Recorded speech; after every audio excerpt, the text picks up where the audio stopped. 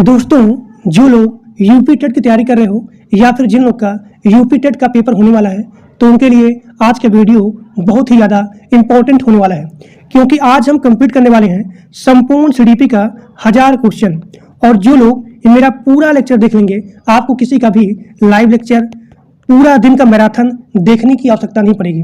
बहुत सारे टीचर हैं जो बेचारे परेशान रहते हैं यूट्यूब से, यानी कि हमारे यूट्यूब पे क्या है, बहुत सारे ऐसे टीचर हैं जो कि लगातार पूरा दिन भर उनका जो है लाइव लेक्चर, पूरा मैराथन उनका जो है चलता ही रहता है। अब बेचारे जो टीचर हैं वो जो है पढ़ नहीं पाते हैं, तो मैं उनके लिए वीडियो बना रहा हूँ ताकि आपका पूरा का पूरा कंप्लीट हो जाए। और जो लोग मेरा पूरा लेक्चर देखेंगे, आपको किसी का भी लाइव लेक्चर, लाइव मैराथन देखने की आवश्यकता नहीं पड़ेगी।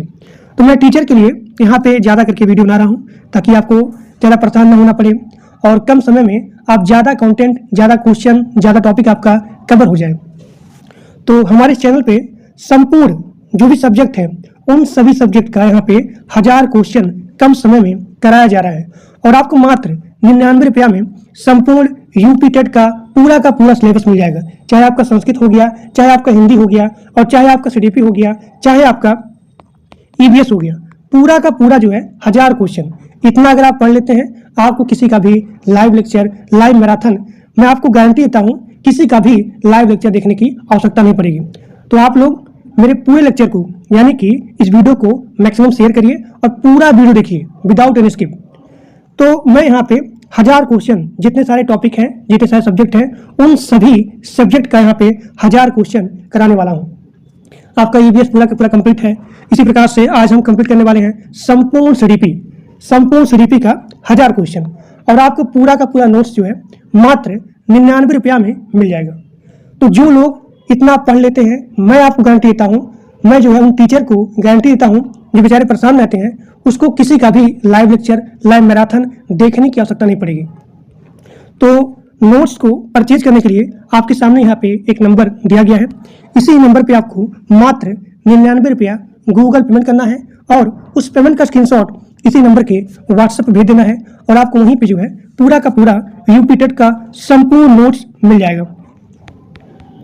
यहाँ देखिए, यहाँ पे आपका सीडीपी का सबसे पहला क्वेश्चन है कि बाल विकास का अर्थ क्या होता है।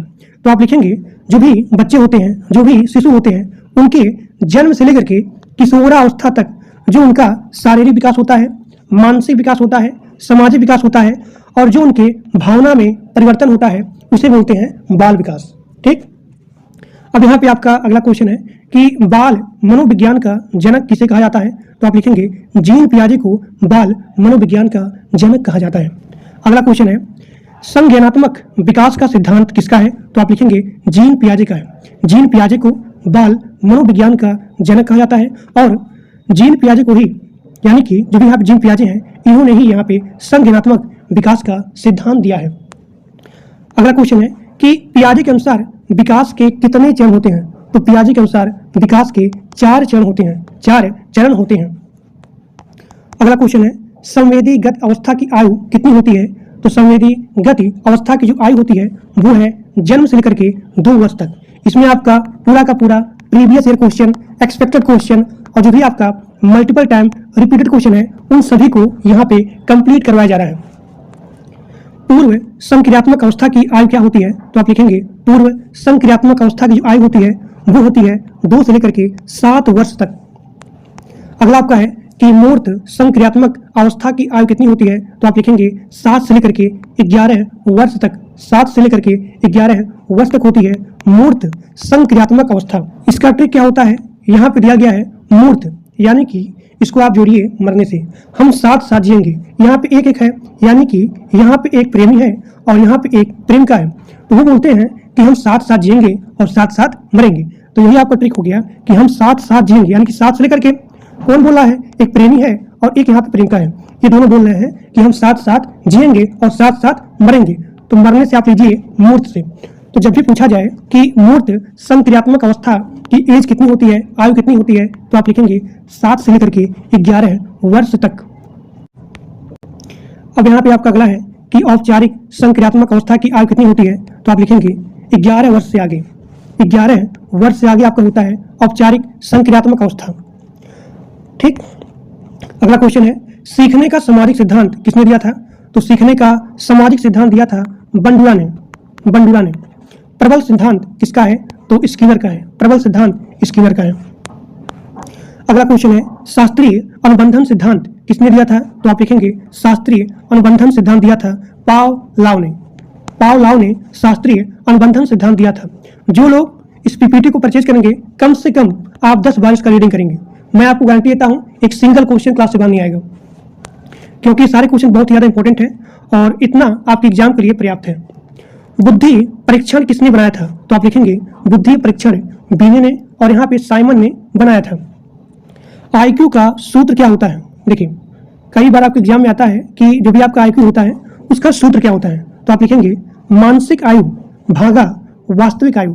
इसका आप मल्टीप्लाई करेंगे 100 में, तो उसे बोलते हैं आईक्यू सूत्र। अधिगम मतलब क्या होता है? अधिगम का मतलब होता है लर्निंग करना, सीखना।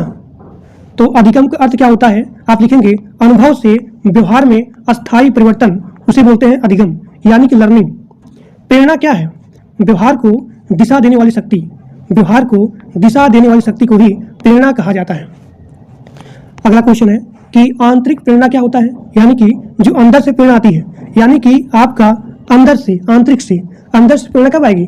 जब आप स्वयं की रुचि लेंगे, यानी कि स्वयं की रुचि से प्रेरित कार्य, जो आपका मन है, जिसमें आपका इंटरेस्ट है, जिसमें आपका रुचि है, उसे बोलते हैं आंतरिक प्रेरणा। यानी कि आप अपने मन के हिसाब से जो कार्य करेंगे तो उसे आप बोलेंगे आंतरिक प्रेरणा। यानी कि आपके मन से, आपकी रुचि से, आपके इंटरेस्ट से जो आप यहाँ पे लगन से कार्य कर रहे हो तो उसे बोलते हैं आंतरिक प्रेरणा। अब देखिए, बाह्य प्रेरणा क्या होती है?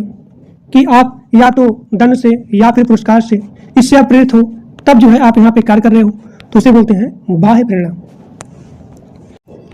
अब यहाँ पे आपका अगला है कि जड़ पीडी, इसका सिद्धांत किसने दिया था? तो आप लिखेंगे वाइगोत्स्की ने दिया था।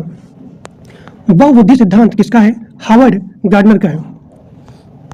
गार्डनर के अनुसार बुद्धि के कितने प्रकार होते हैं? तो आप लिखेंगे गार्डनर के अनुसार बुद्धि के 8 प्रकार होते हैं। मनोविश्लेषण का सिद्धांत किसने दिया था? तो आप लिखेंगे सिगमंड फ्रायड ने मनोविश्लेषण का सिद्धांत दिया था। अधिगम का स्थानांतरण क्या होता है? तो आप लिखेंगे कि एक स्थिति में सीखा गया ज्ञान दूसरे में प्रयोग करना, उसे बोलते हैं अधिगम का स्थानांतरण, यानी कि चेंजिंग करना।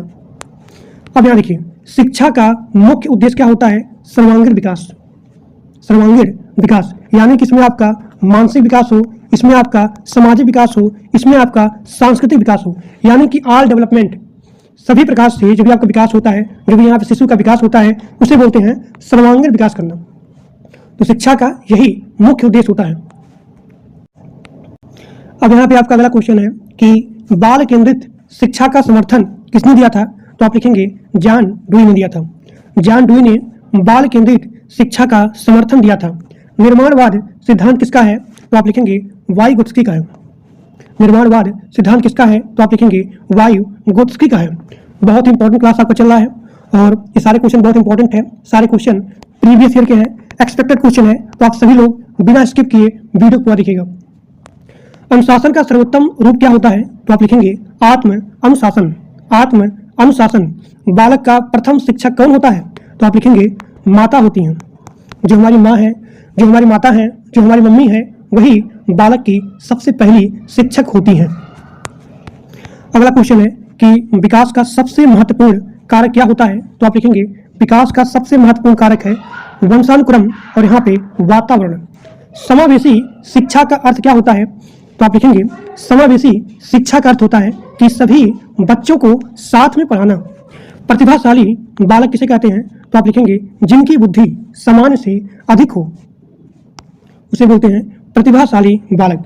पिछड़े बालक किसे कहते हैं? जिनकी शैक्षिक उपलब्धि कम हो, उसे बोलते हैं पिछड़े बालक। जिनकी शैक्षिक उपलब्धि कम हो, उसे बोलेंगे पिछड़े बालक। सीखने का सर्वोत्तम तरीका क्या होता है? तो आप लिखेंगे गतिविधि आधारित शिक्षण। सतत एवं व्यापक मूल्यांकन क्या है? तो आप लिखेंगे जहां पे आपका मूल्यांकन निरंतर हो रहा है, समग्र हो रहा है, उसे बोलेंगे CCE, यानी कि सतत एवं व्यापक मूल्यांकन। अगला क्वेश्चन है सीखने की प्रक्रिया कब समाप्त होती है? तो आप लिखेंगे कभी नहीं। जब तक आप मरेंगे नहीं तब तक आपके सीखने का प्रक्रिया खत्म नहीं होगी। यानी कि लगातार आपके यहाँ पे सीखने की प्रक्रिया चलती रहती है। तो जब भी पूछा जाए कि सीखने की प्रक्रिया कब समाप्त होती है, तो आप लिखेंगे कभी नहीं। सामाजिक विकास किससे प्रभावित होता है, तो आप लिखेंगे परिवार से और यहाँ पे समाज से। परिवार और समाज से सामाजिक विकास प्रभावित होता है। भावनात्मक विकास किससे जुड़ा हुआ है, तो भावनाओं के नियंत्रण से। शिक्षक की भूमिका क्या होती है, मार्गदर्शक देना। अधिगम का उद्देश्य क्या होता है, अधिगम का उद्देश्य क्या होता है, व्यवहार में परिवर्तन। जब आपके सीखने से, देखिए अधिगम मतलब क्या होता है, सीखना, लर्निंग करना। तो जब आपके सीखने से आपके व्यवहार में चेंजिंग आता है तो उसे बोलते हैं अधिगम। तो अधिगम का मतलब क्या होता है, अधिगम का उद्देश्य क्या होता है, व्यवहार में परिवर्तन होना। शिक्षा मनोविज्ञान किसका अध्ययन है, तो आप लिखेंगे सीखने की प्रक्रिया का। अब देखिए बुद्धि का अर्थ क्या होता है, समस्या समाधान की क्षमता, कि आपके सामने जो भी समस्या आती है उस समस्या को आप आसानी से सॉल्व कर सको, तो उसे बोलते हैं बुद्धि। तो बुद्धि का अर्थ होता है कि समस्या समाधान की क्षमता। अब यहाँ पे आपका अगला क्वेश्चन है, सीखने में रुचि का क्या महत्व होता है, तो आप लिखेंगे सीखने को प्रभावी बनाना। यानी कि जिसमें आपका इंटरेस्ट होगा, जिसमें आपकी रुचि होगी, आप उसको बड़ी आसानी से सीखेंगे। यानी कि आपका जो भी सीखने का क्वालिटी है, इंटरेस्ट है, वो यहाँ बढ़ जाएगा। तो जब भी पूछा जाए कि सीखने में रुचि का क्या महत्व होता है, तो आप लिखेंगे सीखने को प्रभावी बनाता है। अधिगम का सिद्धांत किससे जुड़ा हुआ है, तो व्यवहार के परिवर्तन से। अनुकरण क्या होता है, दूसरे के व्यवहार को नकल करना। दूसरे के व्यवहार को नकल करना उसे बोलते हैं अनुकरण। अब यहाँ पे आपका अगला क्वेश्चन है, बालक का विकास किस दिशा में होता है, तो आप लिखेंगे सिर से पैर की ओर। ये क्वेश्चन बहुत ही ज़्यादा इंपॉर्टेंट है और कई बार आपके एग्जाम में आया हुआ है कि बालक का विकास किस दिशा में होता है, तो आप लिखेंगे सिर से पैर की ओर। विकास का सिद्धांत क्या कहता है, तो विकास निरंतर प्रक्रिया है। जो भी आपका डेवलपमेंट है वो यहाँ पे निरंतर प्रक्रिया है। विकास का क्रम कैसा होता है, समान क्रम में। अधिगम का मुख्य साधन क्या है, एक्सपीरियंस यानी कि अनुभव। सामाजिक अधिगम का आधार क्या है, अनुकरण है। प्रेरणा का स्रोत क्या होता है, आवश्यकता होता है। विकास का कौन सा सिद्धांत कहता है कि विकास निरंतर चलता रहता है, तो आप लिखेंगे निरंतर का सिद्धांत, निरंतरता का सिद्धांत। विकास का कौन सा सिद्धांत कहता है कि विकास एक निश्चित क्रम में होता है, तो आप लिखेंगे क्रमबद्धता का सिद्धांत। बाल विकास को प्रभावित करने वाला मुख्य कारक क्या है, तो आप लिखेंगे वंशानुक्रम और यहाँ पे वातावरण।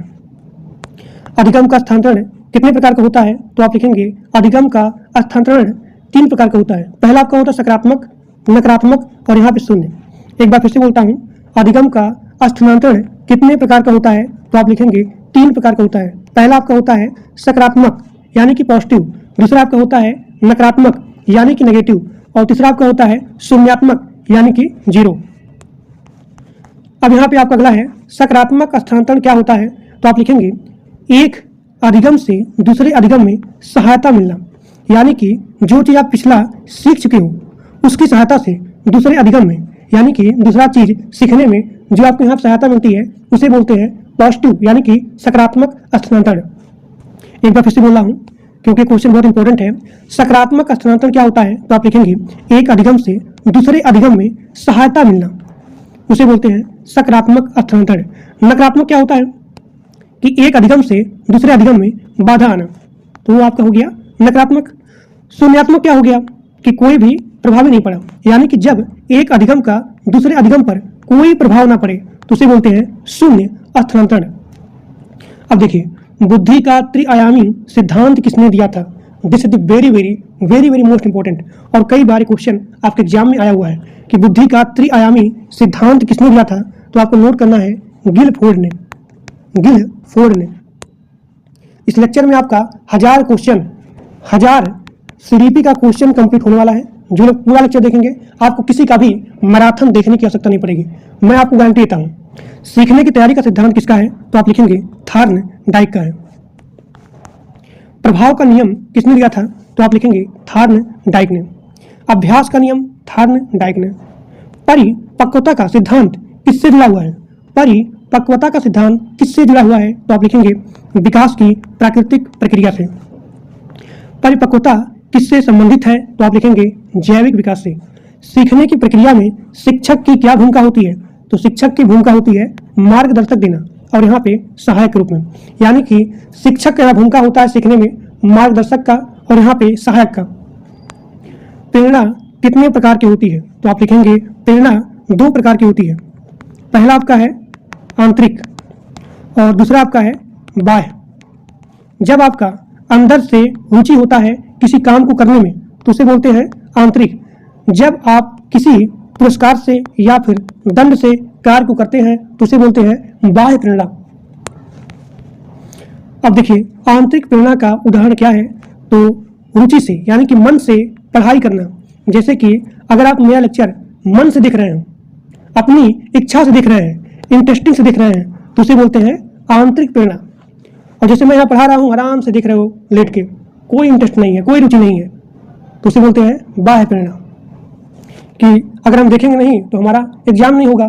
तो बिना मन से, बिना रुचि से, बिना इंटरेस्ट से अगर आप मेरी क्लास को देख रहे हो तो उसे बोलते हैं बाह्य प्रेरणा। अब देखिए बाह्य प्रेरणा का उदाहरण क्या है? पुरस्कार पाने के लिए, पुरस्कार पाने के लिए पढ़ना, तो उसे बोलते हैं बाह्य प्रेरणा। सीखने का प्रक्रिया का मुख्य तत्व क्या होता है? तो उसे लिखेंगे अनुभव। सीखने की प्रक्रिया का मुख्य तत्व क्या है? तो आप लिखेंगे अनुभव। जितना आप सीखेंगे उतना आपको यहाँ पे अनुभव मिलेगा। सामाजिक विकास की शुरुआत कहाँ से होती है? तो आप लिखेंगे सामाजिक विकास की शुरुआत परिवार से होती है, परिवार से होती है। बालक के समाजीकरण का मुख्य माध्यम क्या होता है? तो आप लिखेंगे बालक के समाजीकरण का मुख्य माध्यम परिवार होता है और यहाँ पे विद्यालय होता है। अनुकरण द्वारा सीखने का सिद्धांत किससे जुड़ा हुआ है? तो आप लिखेंगे बंडुरा से। सीखने की गति किन कारकों पर निर्भर करती है? तो आप लिखेंगे सीखने की गति बुद्धि पर, रुचि पर और यहाँ पे प्रेरणा पर डिपेंडेंट करती है। बुद्धि का अर्थ क्या होता है? समस्या का समाधान करना। गार्डनर के अनुसार कौन सी बुद्धि भाषा से संबंधित है? तो आप लिखेंगे भाषिक बुद्धि। गार्डनर के अनुसार कौन सी बुद्धि भाषा से संबंधित है? तो आप लिखेंगे भाषिक बुद्धि। अब देखिए गणितीय क्षमता किस बुद्धि से जुड़ा हुआ है? तो आप लिखेंगे तार्किक गणितीय बुद्धि, तार्किक गणितीय बुद्धि। अब देखिए यहाँ पे आपका अगला क्वेश्चन है संगीत से संबंधित बुद्धि क्या है? तो आप लिखेंगे संगीतात्मक बुद्धि, संगीतात्मक बुद्धि। शरीर के नियंत्रण से जुड़ी बुद्धि क्या है? तो आप लिखेंगे शारीरिक गतिशील बुद्धि। शरीर के नियंत्रण से जुड़ी बुद्धि क्या है? तो आप लिखेंगे शारीरिक गतिशील बुद्धि। अब यहाँ पे आपका अगला क्वेश्चन है प्रकृति से संबंधित बुद्धि क्या है? तो आप लिखेंगे प्राकृतिक बुद्धि, प्राकृतिक बुद्धि। अब यहाँ पे आपका अगला क्वेश्चन है दूसरों को समझने की क्षमता किस बुद्धि से जुड़ी हुई है? तो आप लिखेंगे पारस्परिक बुद्धि। एक बार फिर से बोलता हूँ, दूसरों को समझने की क्षमता किस बुद्धि से जुड़ी हुई है? तो आप लिखेंगे पारस्परिक बुद्धि। स्वयं को समझने की क्षमता किस बुद्धि से जुड़ी हुई है? तो आप लिखेंगे आत्मपरक बुद्धि। अब यहाँ पे आपका अगला क्वेश्चन है सीखने का सबसे प्रभावी माध्यम क्या होता है? तो आप लिखेंगे गतिविधि आधारित शिक्षण। अब यहाँ पे आपका अगला क्वेश्चन है शिक्षा का उद्देश्य क्या होता है? तो आप लिखेंगे व्यक्तित्व का विकास। व्यक्तित्व का विकास शिक्षा का उद्देश्य होता है। मूल्यांकन का मुख्य उद्देश्य क्या होता है? तो छात्र की प्रगति जानना, उसे बोलते हैं मूल्यांकन। यानी कि मूल्यांकन का मुख्य उद्देश्य क्या होता है? तो वो भी छात्र होता है, जो भी यहाँ पे स्टूडेंट है, उसके प्रोग्रेस को जानना कि कितना वो सीख रहा है, कितना पढ़ रहा है, इन सभी के बारे में। प्रारूपिक मूल्यांकन कब किया जाता है? तो आप लिखेंगे प्रारूपिक मूल्यांकन शिक्षण के दौरान किया जाता है। ये क्वेश्चन बहुत इंपॉर्टेंट है, एक बार फिर से बोल रहा हूँ। प्रारूपिक मूल्यांकन कब किया जाता है? तो शिक्षण के दौरान यहाँ पे प्रारूपिक मूल्यांकन किया जाता है। मूल्यांकन से संबंधित जितने सारे क्वेश्चन हैं ये बहुत इंपॉर्टेंट है और कई बार आपको एग्जाम पूछा जाता है मूल्यांकन से संबंधित प्रश्न। जैसे कि आपको हो गया कि समापन मूल्यांकन कब किया जाता है? तो आप लिखेंगे शिक्षण के अंत में, यानी कि पढ़ाने के बाद जो आप मूल्यांकन करते हैं, जो आप पूछते हैं बच्चों से, तो उसे बोलते हैं समापन मूल्यांकन। अगर पूछा जाए कि शिक्षण के दौरान जो मूल्यांकन किया जाता है उसे क्या बोलते हैं? तो आप लिखेंगे प्रारूपिक मूल्यांकन। बच्चा यहाँ कितना सीखा है, कितना प्रोग्रेस किया है, तो उसे क्या बोलते हैं? उसे मूल्यांकन बोलते हैं। तो जब भी पूछा जाए कि छात्र की प्रगति जानना, तो उसे क्या बोलेंगे? उसे मूल्यांकन बोलेंगे। शिक्षण के दौरान जो मूल्यांकन किया जाता है उसे प्रारूपिक मूल्यांकन कहते हैं। शिक्षण के अंत में जो यहाँ मूल्यांकन किया जाता है उसे समापन मूल्यांकन बोलते हैं। अधिगम में रुचि का क्या महत्व होता है? तो अधिगम में, यानी कि लर्निंग में, अगर आपको यहाँ पे इंटरेस्ट होगा, रुचि होगा, यानी कि जो भी आपका सीखने का प्रोसेस है वो यहाँ पे आसान हो जाएगा, यानी कि सीखने को आसान बनाता है। बालक का विकास किस दिशा में होता है? सिर से पैर की ओर। विकास का सिद्धांत क्या कहता है? तो विकास जो है आपका निरंतर प्रक्रिया है। अधिगम का सर्वोत्तम वातावरण क्या है? तो प्रेरणादायक वातावरण। कक्षा में अनुशासन बनाए रखने का सर्वोत्तम तरीका क्या होता है? आत्म अनुशासन। प्रतिभाशाली बालक का IQ लेवल क्या होता है? तो 1 से मतलब कि 130 से अधिक यहाँ पे अगर IQ लेवल होगा तो उसे बोलेंगे प्रतिभाशाली बालक। अगर यहाँ पे 90 से लेकर के 110 तक अगर यहाँ पे IQ लेवल होगा तो उसे बोलेंगे समान बुद्धि। एक बार फिर से बोला हूँ क्योंकि ये क्वेश्चन बहुत इंपॉर्टेंट है। अगर पूछा जाए कि अगर बच्चे का जो भी IQ लेवल है वो 130 से अधिक है तो उसे क्या बोलेंगे? तो उसे बोलेंगे प्रतिभाशाली बालक। अगर यहाँ पे 90 से लेकर के 110 तक होगा तो उस IQ लेवल बोलेंगे कि यह बच्चा जो है समान बुद्धि का है। अगला क्वेश्चन, बालक का सामाजिक व्यवहार किससे प्रभावित होता है? तो आप लिखेंगे बालक का सामाजिक व्यवहार परिवार से और यहाँ पे समाज से प्रभावित होता है। अधिगम का सबसे बड़ा साधन क्या होता है? एक्सपीरियंस यानी कि अनुभव। अधिगम में पुनर्बलन का सिद्धांत किसने दिया था? तो आप लिखेंगे स्किनर ने। दंड का उपयोग कब करना चाहिए? अंतिम विकल्प के रूप में। अब यहाँ पे आपका अगला क्वेश्चन है, कक्षा में विविधता यानी कि डाइवर्सिटी का क्या अर्थ होता है? तो आप लिखेंगे छात्रों में व्यक्तिगत भिन्नता। व्यक्तिगत भिन्नता का सम्मान क्यों जरूरी है? तो आप लिखेंगे हर बच्चा यहाँ पे अलग अलग होता है, हर बच्चा यहाँ पे एक समान नहीं होता है, हर बच्चा यहाँ पे अलग अलग होता है, यानी कि व्यक्तिगत भिन्नता का इसी प्रकार से यहाँ पे सम्मान किया जाता है। समावेशी शिक्षा का उद्देश्य क्या होता है? तो आप लिखेंगे सभी बच्चों को समान अवसर देना, उसे बोलते हैं समावेशी शिक्षा का मेन पर्पज। सीखने का सबसे महत्वपूर्ण कारक क्या होता है? प्रेरणा होता है। और यहाँ प्रेरणा 2 प्रकार का होता है, पहला आपका होता है आंतरिक और दूसरा आपका होता है बाह्य। अब यहाँ पे आपका अगला क्वेश्चन है, विकास की प्रक्रिया कब शुरू होती है? तो आप लिखेंगे विकास की प्रक्रिया गर्भावस्था से ही यहाँ पे शुरू हो जाता है। बाल विकास में वंशानुक्रम का क्या अर्थ होता है? तो आप लिखेंगे माता पिता से मिलने का गुण। वातावरण का अर्थ क्या होता है? तो लिखेंगे बालक के आसपास का जो भी यहाँ पे सामाजिक होता है और जो भी यहाँ पे भौतिक परिवेश होता है उसे बोलते हैं वातावरण। यानी कि वातावरण का अर्थ होता है कि बालक के आसपास, बालक के चारों तरफ जो भी उसका सामाजिक, यानी कि बालक के अंदर, मान लीजिए बालक है, इसके चारों तरफ जो भी इसके अंदर सामाजिक और यहाँ पे भौतिक परिवेश होता है उसे बोलते हैं वातावरण। ठीक। अब देखिए सीखने का सिद्धांत यानी कि ट्रायल एंड एरर, यहाँ पे ट्रायल और यहाँ पे एरर, ट्रायल एंड एरर सिद्धांत किसने दिया था? तो थार्नडाइक ने दिया था। थार्नडाइक ने दिया था सीखने के सिद्धांत को। थार्नडाइक का सिद्धांत किस पर आधारित है? तो आप लिखेंगे प्रयास करना और यहाँ जो भी त्रुटि आती है उस पर। अधिगम को स्थायी बनाने का सबसे अच्छा तरीका क्या होता है? तो आप लिखेंगे अभ्यास करना। जो चीज आप सीख रहे हो, नहीं सीख पा रहे हो, तो बार बार उस पर अभ्यास करो, प्रैक्टिस करो, तो कोई भी चीज हो आप आसानी से सीख सकते हो। तो वही बोला गया है कि अधिगम को अस्थायी यानी कि परमानेंट बनाने के लिए सबसे अच्छा तरीका क्या होता है? प्रैक्टिस करना, अभ्यास करना। विकास का सिद्धांत कहता है कि विकास किस प्रकार का होता है? तो आप लिखेंगे समान से विशेष की ओर। बालक का बौद्धिक विकास किससे संबंधित होता है? तो आप लिखेंगे सोचने और यहाँ पे समझने की क्षमता से। बालक का बौद्धिक विकास किससे संबंधित होता है? तो आप लिखेंगे सोचने और यहाँ पे समझने की क्षमता से। रचनात्मक का अर्थ क्या होता है? रचनात्मक का अर्थ होता है नई और यहाँ पे मौलिक चीजें बनाना। रचनात्मक को बढ़ाने का सबसे अच्छा तरीका क्या होता है? स्वतंत्र सोच को प्रोत्साहित करना। संवेदी गति अवस्था में बालक कैसे सीखता है? तो आप लिखेंगे इंद्रियों से और यहाँ पे गतिविधियों से।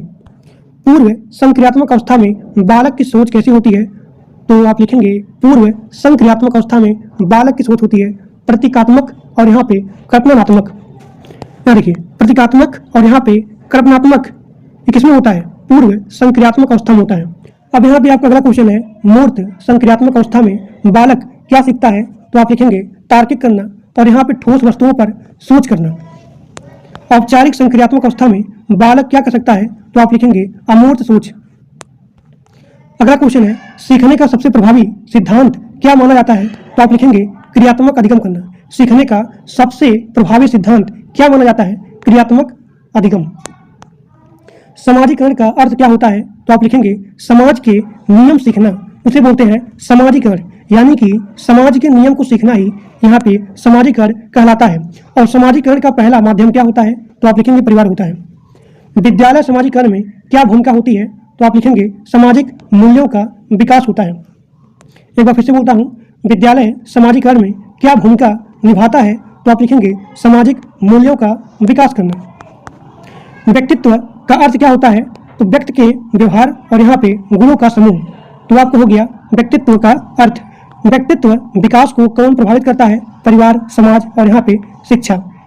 प्रेरणा का मुख्य स्रोत क्या होता है? तो आप लिखेंगे आवश्यकता होता है। सीखने की प्रक्रिया में रुचि का महत्व होता है, सीखने को आसान बनाना। अधिगम का सिद्धांत किससे जुड़ा हुआ है? तो व्यवहार के परिवर्तन से। जब आप सीखेंगे तभी आपके व्यवहार में परिवर्तन होगा।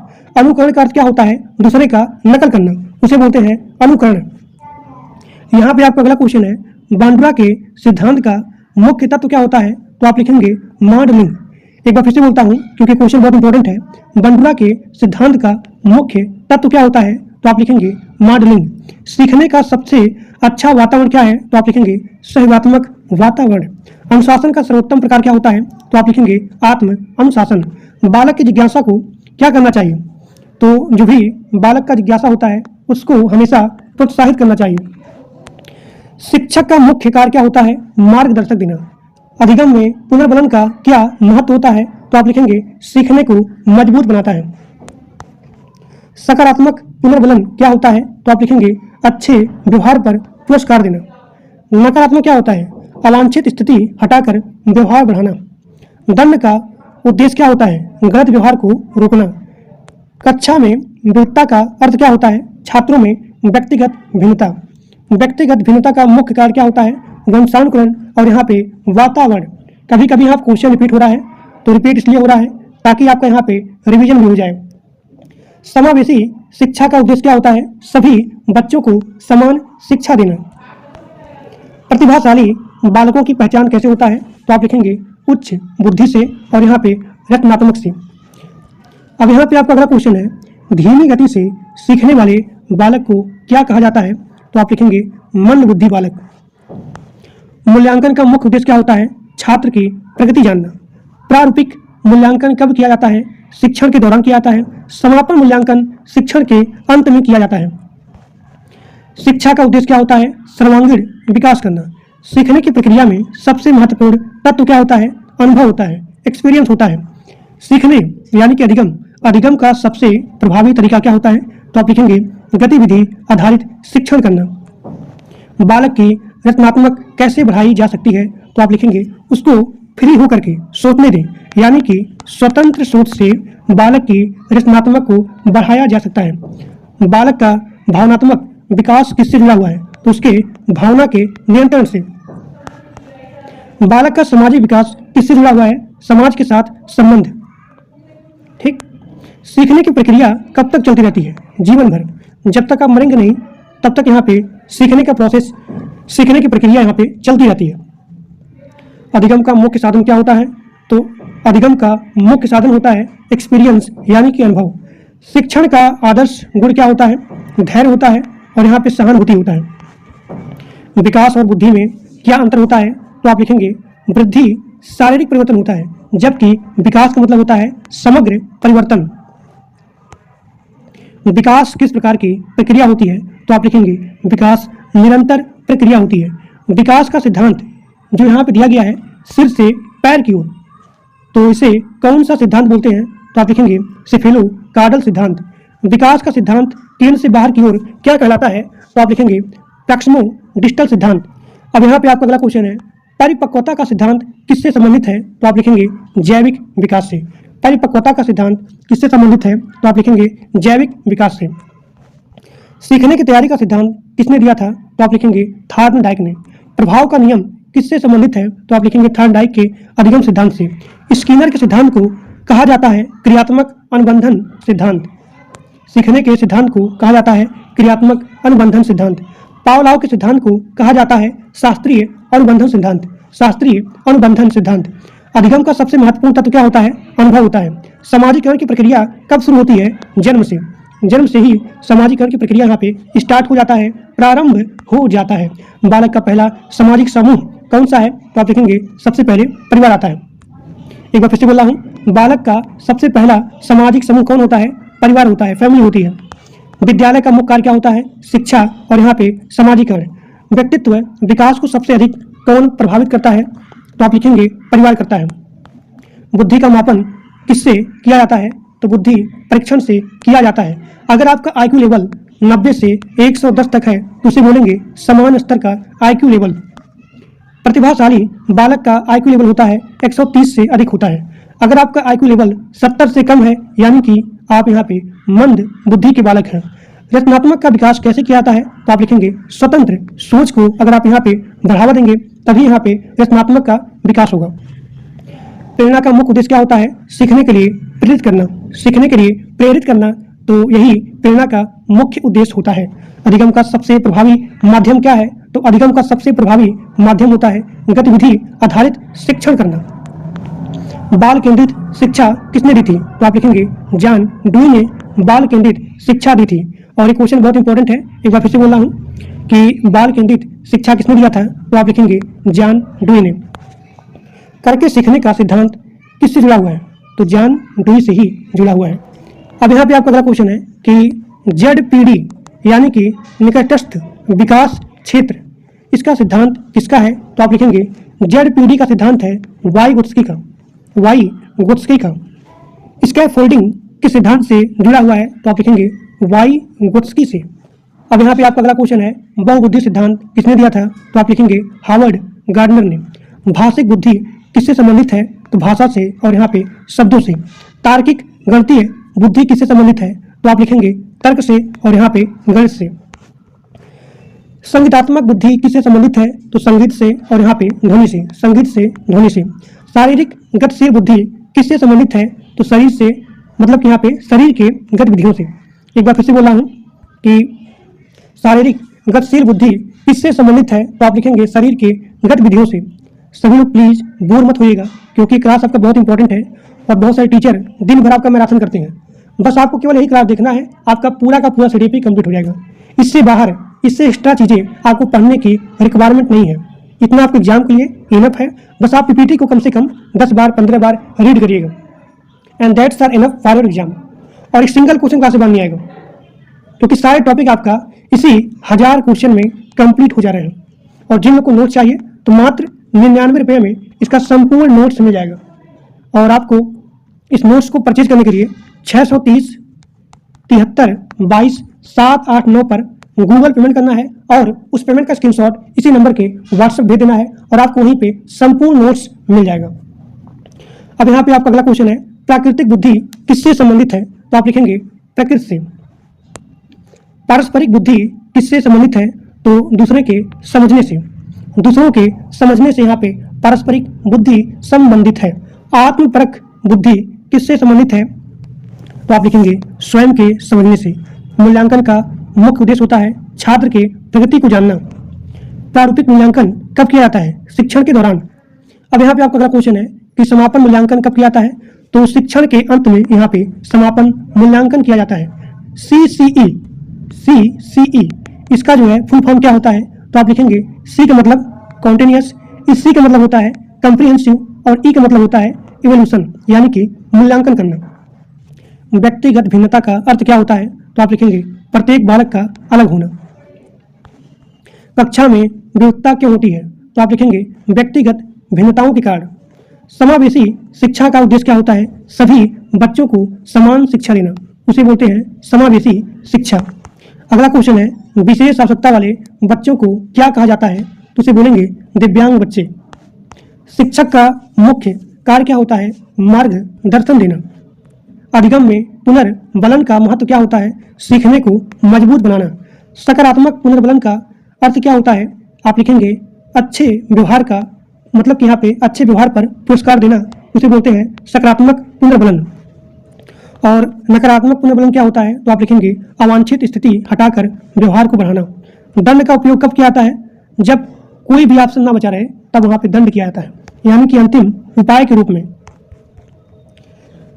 कक्षा में अनुशासन बनाए रखने का सर्वोत्तम तरीका क्या होता है? तो आप लिखेंगे आत्म अनुशासन बनाए रखना। बालक की जिज्ञासा को क्या करना चाहिए? तो आप लिखेंगे प्रोत्साहित करना चाहिए।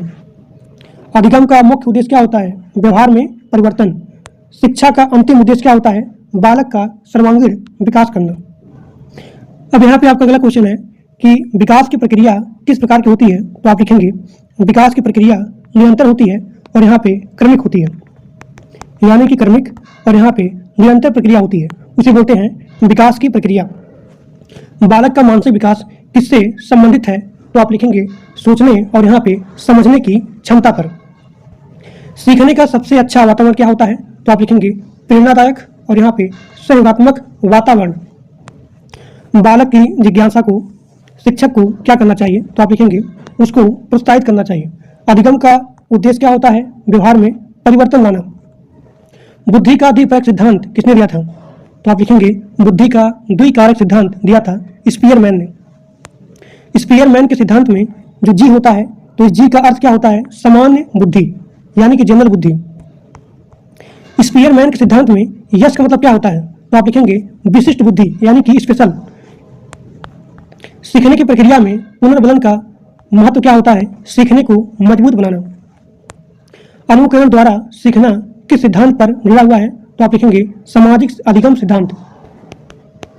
सामाजिक अधिगम सिद्धांत।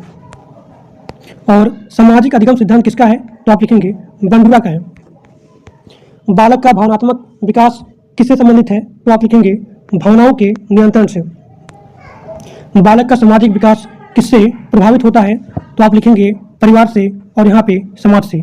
अब यहाँ पे आपका अगला क्वेश्चन है रचनात्मक का अर्थ क्या होता है? तो आप लिखेंगे रचनात्मक अर्थ होता है नई और मौलिक विचार को उत्पन्न करना। सीखने की तैयारी का नियम किसने दिया था? तो आप लिखेंगे थॉर्नडाइक ने। और क्वेश्चन बहुत इंपॉर्टेंट है, कई बार आपके एग्जाम में आता रहता है। अब यहाँ पे आपका अगला क्वेश्चन है कि अधिगम का प्रभाव नियम क्या कहलाता है? तो आप लिखेंगे सुखद परिणाम से अधिगम मजबूत होता है। अभ्यास का नियम क्या बतलाता है? तो आप लिखेंगे बार बार अभ्यास सीखना मजबूत होता है, यानी कि जितना आप बार बार अभ्यास करेंगे, प्रैक्टिस करेंगे, उतना ही आपको सीखने में आसानी होगी। बालक के विकास का सबसे महत्वपूर्ण समय कौन सा है? तो आप लिखेंगे प्रारंभिक बचपन। अधिगम का सबसे बड़ा साधन होता है अनुभव। समाजीकरण का उद्देश्य है सामाजिक व्यवहार विकसित करना। शिक्षक का आदर्श व्यवहार कैसा होना चाहिए? तो आप लिखेंगे सहानुभूतिपूर्ण और यहाँ पे सहयोगात्मक व्यवहार होना चाहिए। अब यहाँ पे आपका अगला क्वेश्चन है अधिगम का स्थानांतरण क्या होता है? तो आप लिखेंगे एक अधिगम का दूसरे अधिगम में यूज करना, उसे बोलते हैं अधिगम का स्थानांतरण। जैसे कि अगर मान लीजिए आपको कार चलाने आता है, तो आप आसानी से जो है ट्रैक्टर भी सीख सकते हैं। अगर आपको कार चलाने आता है, यानी कि आप जो है बोलेरो, स्कॉर्पियो भी चला सकते हैं। यानी कि जो आपने पहले सीखा है, यहाँ देखिए, जो आपने पहले सीखा है उसकी सहायता से अगर आप दूसरा चीज सीख रहे हो तो उसे बोलते हैं सकारात्मक स्थानांतरण। यानी कि यहाँ पे एग्जाम्पल भी दिया गया है, जैसे कि साइकिल चलाना सीखने से मोटरसाइकिल चलाना आसान होता है। वही चीज है कि एक अधिगम की सहायता से दूसरे अधिगम को सीखना आसान हो जाए तो उसे बोलते हैं सकारात्मक स्थानांतरण। अब देखिए नकारात्मक स्थानांतरण क्या होता है? तो आप लिखेंगे पहले सीखी हुई चीज में और जो आप नई चीज सीख रहे हो उसमें जो बाधा आती है उसे बोलते हैं नकारात्मक स्थानांतरण। शून्य स्थानांतरण क्या होता है? इसमें आपका कोई भी प्रभाव नहीं होता है। जब एक अधिगम का दूसरे पर कोई भी प्रभाव नहीं आता है तो वो आपका हो गया शून्य स्थानांतरण। बुद्धि का मापन किससे किया जाता है? तो आप लिखेंगे IQ टेस्टिंग से। IQ टेस्टिंग से। प्रतिभाशाली बालक किसे कहा जाता है? जिनकी बुद्धि सामान्य से अधिक हो। मंद बुद्धि बालक किसे कहा जाता है? जिसकी बुद्धि सामान्य से कम हो, तो वो आपको हो गया मंद बुद्धि बालक। व्यक्तिगत भिन्नता का अर्थ है हर बालक का अलग अलग होना। व्यक्तिगत भिन्नता का कारण क्या होता है? वंशानुक्रम और यहाँ पे वातावरण। समावेशी शिक्षा का उद्देश्य क्या होता है? सभी बच्चों को समान अवसर देना। मूल्यांकन का मुख्य उद्देश्य होता है छात्र की प्रगति का आकलन करना। प्रारूपिक मूल्यांकन क्या है? तो आप लिखेंगे शिक्षण के दौरान किया जाने वाला मूल्यांकन तो वो आपका हो गया प्रारूपिक मूल्यांकन। अब शिक्षण के अंत में अगर आप मूल्यांकन करते हैं तो आपका हो गया समापन मूल्यांकन। कक्षा में अनुशासन का सर्वोत्तम तरीका क्या होता है? आत्म अनुशासन करना। प्रेरणा का मुख्य स्रोत क्या होता है? तो आप लिखेंगे आवश्यकता होता है। आंतरिक प्रेरणा का उदाहरण है रुचि से पढ़ना। बाह्य प्रेरणा क्या होता है? अगर आप पुरस्कार के लिए पढ़ रहे हो तो आपका हो गया बाह्य प्रेरणा, या फिर अगर आप दंड के डर से पढ़ रहे हो कि कहीं आप मार न खा जाओ, कहीं आप दंडित ना हो जाओ, तो आपका हो गया बाह्य प्रेरणा। जैसे कि अगर आपकी मम्मी, अगर आपके पापा झटहा उठाएं और मारने लगें, तो वो चीज़ आपके मन में एक बैठ के डर कि अगर हम नहीं पढ़ेंगे तो पापा हमको उठा उठा के पटकेंगे, डंडा से मारेंगे, तो आपको हो गया बाह्य प्रेरणा। ठीक है, यानी कि पुरस्कार के लिए या फिर दंड के भय से पढ़ना। अब यहाँ पे आपका अगला क्वेश्चन है, बालक की रुचि बढ़ाने के लिए क्या करना चाहिए? तो आप लिखेंगे रोचक गतिविधियां करानी चाहिए।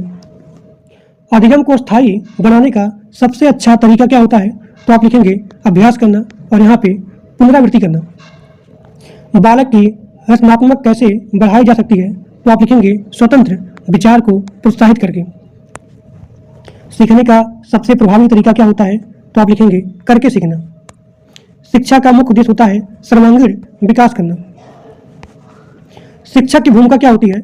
मार्गदर्शक देना और यहाँ पे सहायक होना। बालक की जिज्ञासा को उत्साहित करना चाहिए। अधिगम का मुख्य तत्व अनुभव होता है। बालक का विकास सिर से पैर की ओर होता है। विकास का क्रम समान और यहाँ पर क्रमबद्ध होता है। तो विकास का क्रम कैसा होता है? समान होता है और यहाँ पे क्रमबद्ध होता है। सीखने की प्रक्रिया कब समाप्त होती है? कभी नहीं। शिक्षा का अंतिम लक्ष्य होता है व्यक्तित्व का विकास करना। एक अच्छे शिक्षक का सबसे महत्वपूर्ण गुण होता है धैर्य और यहाँ पे सहानुभूति। विकास का कौन सिद्धांत कहता है कि विकास समान से विशेष की ओर होता है? विकास का कौन सा सिद्धांत कहता है कि विकास समान से विशेष की ओर होता है? तो आप लिखेंगे उसे बोलते हैं समान से विशेष का सिद्धांत।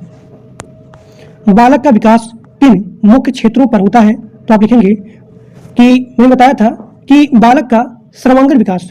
तो सर्वांगीण विकास का मतलब होता है कि बालक का शारीरिक विकास होना, बालक का मानसिक विकास होना, बालक का सामाजिक विकास होना और बालक का भावनात्मक विकास होना। तो अगर पूछा जाए कि शिक्षण का या फिर शिक्षा का मुख्य उद्देश्य क्या होता है, तो बालक का सर्वांगीण विकास करना। तो सर्वांगीण विकास में आता है शारीरिक विकास, मानसिक विकास, सामाजिक विकास और यहाँ पे भावनात्मक विकास। अब देखिए अधिगम मतलब कि लर्निंग। तो अधिगम का अर्थ क्या होता है? अनुभव के कारण व्यवहार में अस्थायी परिवर्तन आना। तो वो आपको हो गया अधिगम। सीखने की प्रक्रिया को सबसे अधिक कौन प्रभावित करता है? प्रेरणा होता है। और प्रेरणा जो है दो टाइप का होता है। पहला आपका होता है आंतरिक और दूसरा आपका होता है बाह्य। अब यहाँ पे आपका अगला क्वेश्चन है, बालक के व्यक्तित्व निर्माण में सबसे बड़ा योगदान किसका होता है? तो आप लिखेंगे परिवार का होता है। सीखने की प्रक्रिया में रुचि का क्या महत्व होता है? तो सीखने को प्रभावी बनाता है। बुद्धि के त्रिआयामी सिद्धांत का प्रतिपादन गिलफोर्ड ने दिया था। अधिगम में पुनर्बलन का सिद्धांत किससे संबंधित है? तो आप लिखेंगे स्किनर से संबंधित है। आप लोग यहाँ पे देख रहे हैं कि एक क्वेश्चन या फिर मल्टीपल क्वेश्चन यहाँ पे रिपीट हो रहे हैं, तो मैं इसी प्रकार से यहाँ पे तैयार किया हूँ ताकि आपको यहाँ पे रिवीजन भी हो जाए। कक्षा में अनुशासन बनाए रखने का सर्वोत्तम तरीका क्या होता है? आत्म अनुशासन बनाए रखना। बालक के सामाजिक विकास का मुख्य आधार क्या होता है? समाजीकरण होता है। समाजीकरण का अर्थ क्या होता है? समाज के नियमों का और समाज के मूल्यों को सीखना। अब देखिए मैं कितने अच्छे तरीके से यहाँ पे इस क्वेश्चन को बनाया हूँ कि बालक के सामाजिक का मुख्य आधार क्या होता है? समाजीकरण। अब जो लोग पूछेंगे कि समाजीकरण क्या होता है, तो आप लिखेंगे समाज के नियमों को और समाज के मूल्यों को सीखना। नियम को और मूल्यों को सीखना उसे बोलते हैं समाजीकरण। बालक का पहला सामाजिक वातावरण क्या होता है? तो आप लिखेंगे परिवार होता है। विद्यालय समाजीकरण में क्या भूमिका निभाता है? सामाजिक मूल्यों का विकास करना। प्रेरणा जो है दो प्रकार का होता है। पहला आपका हो गया आंतरिक और दूसरा आपका हो गया बाह्य। अधिगम को अस्थायी बनाने के लिए सबसे अच्छा तरीका है कि आप अभ्यास करिए और पुनरावृत्ति करिए। अधिगम का सबसे महत्वपूर्ण साधन क्या होता है? तो आप लिखेंगे अनुभव होता है। रचनात्मक का मुख्य गुण क्या होता है? मौलिकता होता है। बालक में जिज्ञासा का क्या महत्व होता है? तो आप लिखेंगे ज्ञान प्राप्ति की इच्छा को बढ़ाना। और जिन लोगों को नोट्स चाहिए, जो लोग यहाँ पे कमेंट कर रहे हैं, तो मात्र आपको 99 रुपया में इसका पूरा नोट्स यानी कि कंप्लीट सब्जेक्ट का नोट्स आपको मिल जाएगा। तो मात्र आपको 99 रुपया इस नंबर पर, यहाँ देखिए 630 73 22 789, इसी पर आपको मात्र 99 रुपया गूगल पेमेंट करना है और उस पेमेंट का स्क्रीनशॉट इसी नंबर के व्हाट्सएप पर भेज देना है और आप जो नोट्स मांगेंगे यानी कि संपूर्ण आपको यहाँ पर नोट्स मिल जाएगा मात्र 99 रुपया में। बालक में जिज्ञासा का क्या महत्व होता है? ज्ञान प्राप्ति की इच्छा को बढ़ाना। शिक्षक का मुख्य कार्य क्या होता है? मार्गदर्शक देना। मार्गदर्शक देना। बालक की रुचि कैसे बढ़ाई जा सकती है? तो रोचक गतिविधियों द्वारा। अधिगम का स्थानांतरण क्या होता है? तो आप लिखेंगे एक सीखी हुई चीज के द्वारा, यानी कि एक अधिगम की सहायता से दूसरे चीज को सीखना, दूसरे चीज में प्रयोग करना, तो वो आपका हो गया अधिगम। और इसी प्रकार से आपको हो गया सकारात्मक, यानी कि एक अधिगम की सहायता से दूसरे अधिगम को सीखने में कोई प्रॉब्लम ना आए, आप आसानी से सीख जाओ, तो आपका हो गया सकारात्मक स्थानांतरण। अगर यहाँ पे बाधा आता है तो आपका हो गया नकारात्मक स्थानांतरण। शून्य स्थानांतरण क्या होता है? कि यहाँ पे कोई भी प्रभाव नहीं पड़ता है, क्योंकि अब ये जो है सकारात्मक हो गया, नकारात्मक हो गया, बार बार नहीं बोलूंगा, मैं आपको पहले बता दिया।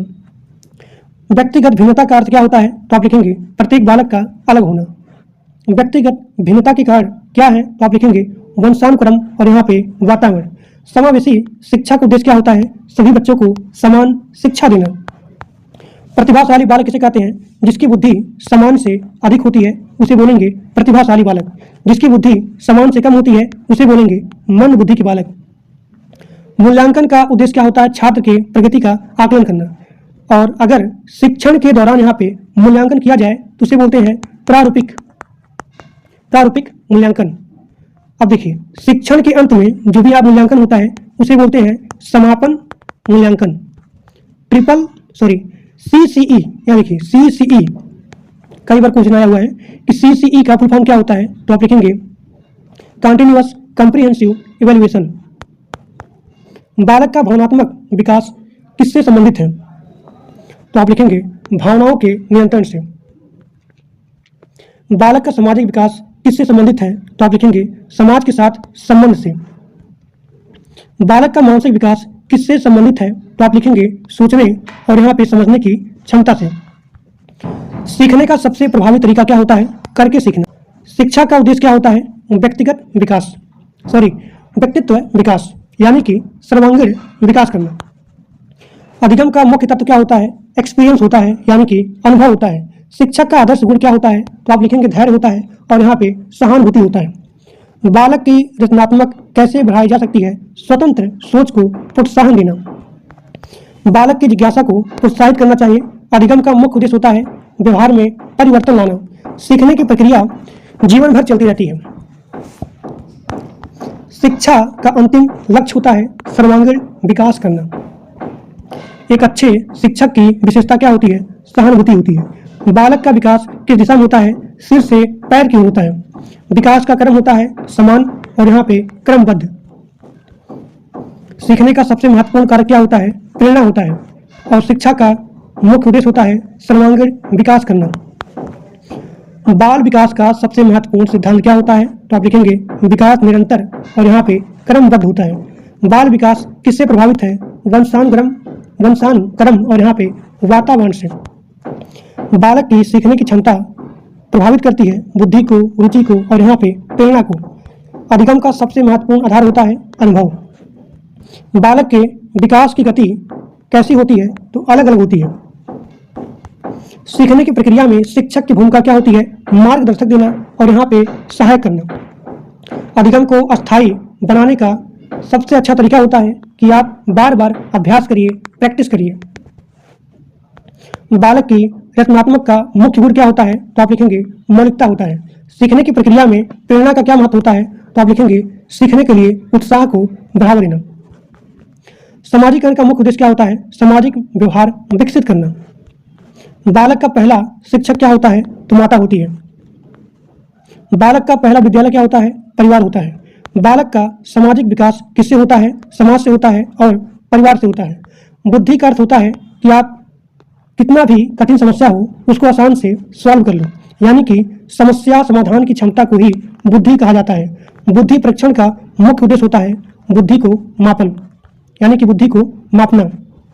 जिसका IQ लेवल 130 से अधिक होता है उसे बोलते हैं प्रतिभाशाली बालक। जिसका IQ लेवल 90 से 110 होता है उसे बोलते हैं समान बुद्धि। अधिगम का स्थानांतरण क्या होता है? एक सीख का दूसरे स्थिति में यूज करना। सकारात्मक क्या होता है कि पहले सीखी हुई ज्ञान को दूसरे चीज में सहायक हो। तो आपको हो गया सकारात्मक स्थानांतरण। जैसे कि अगर आपको कार चलाने आता है तो आप बड़ी आसानी से स्कॉर्पियो ट्रैक्टर भी चला सकते हैं। नकारात्मक क्या होता है कि पहले सीखा ज्ञान नई सीख में बाधा बने। तो आपको हो गया नकारात्मक स्थानांतरण। अब एक क्वेश्चन को मैं बार बार बोल रहा हूँ ताकि आप आसानी से इसी क्लास में आपका पूरा का पूरा रिवीजन हो जाए। और अगर आप पूरे पीपीटी को रीड करेंगे 10 बार 15 बार तो आपको पूरा सीडीपी आसानी से याद हो जाएगा, समझ में आ जाएगा। इसका जो भी बेसिक कॉन्सेप्ट है, जितने सारे क्वेश्चन हैं, आप उन सभी क्वेश्चन को आसानी से सॉल्व कर सकते हो। व्यक्तिगत भिन्नता का क्या अर्थ होता है? तो आप लिखेंगे हर बालक का अलग होता है। व्यक्तिगत भिन्नता का मुख्य कारण क्या होता है? तो आप लिखेंगे वंशानुक्रम और यहाँ पे वातावरण। समावेशी शिक्षा का अर्थ होता है कि सभी बच्चों को साथ में पढ़ाना।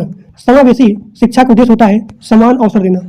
मूल्यांकन का उद्देश्य होता है छात्र की प्रगति का आकलन करना। प्रारूपिक मूल्यांकन क्या होता है कि अगर आप शिक्षण के दौरान मूल्यांकन कर रहे हैं तो उसे बोलेंगे प्रारूपिक मूल्यांकन। शिक्षण के अंत में किया गया मूल्यांकन उसे बोलते हैं समापन मूल्यांकन। CCE का अर्थ होता है कंटिन्यूअस कॉम्प्रिहेंसिव इवैल्यूएशन। आप सभी लोग इस कमेंट बॉक्स में कमेंट करेंगे बिना देखे CCE का फुल फॉर्म क्या होता है, और कमेंट करके बताइए जो लोग यहाँ पे लाइव देख रहे हैं कि समावेशी मूल्यांकन क्या होता है। बालक का भावनात्मक विकास किससे संबंधित है? तो आप लिखेंगे भावनाओं के नियंत्रण से। बालक का मानसिक विकास किससे संबंधित है? तो आप लिखेंगे सोचने और यहाँ पे समझने से। सीखने का सबसे अच्छा तरीका क्या होता है? करके सीखना। शिक्षा का मुख्य उद्देश्य होता है सर्वांगीण विकास। अधिगम का मुख्य तत्व होता है अनुभव। शिक्षा का मुख्य गुण क्या होना चाहिए? धैर्य होना चाहिए। बालक की जिज्ञासा को प्रोत्साहित करना चाहिए। बालक की रचनात्मक को कैसे बढ़ाया जा सकता है? तो स्वतंत्र सोच से बालक की रचनात्मक को बढ़ाया जा सकता है। अधिगम का उद्देश्य क्या होता है? व्यवहार में परिवर्तन लाना। बालक का विकास किस दिशा में होता है? सिर से पैर की ओर होता है। विकास का क्रम कैसा होता है? क्रमबद्ध होता है। सीखने की प्रक्रिया कभी भी समाप्त नहीं होती है। शिक्षा का अंतिम लक्ष्य होता है व्यक्तित्व विकास करना। बालक की रुचि का बढ़ाने का तरीका है रोचक गतिविधियां। शिक्षक को कैसा वातावरण बनाना चाहिए? तो आप लिखेंगे शिक्षक को प्रेरणादायक वातावरण बनाना चाहिए। अधिगम को प्रभावी बनाने का सबसे अच्छा तरीका क्या होता है? तो आप लिखेंगे गतिविधि आधारित शिक्षण करना। अब यहाँ पे आपका अगला क्वेश्चन है कि बालक की सीखने की गति किस पर निर्भर होती है? तो आप लिखेंगे बुद्धि और यहाँ पे प्रेरणा पर। अगला क्वेश्चन आपका है कि अधिगम का सबसे बड़ा साधन क्या होता है? तो आप लिखेंगे अनुभव होता है।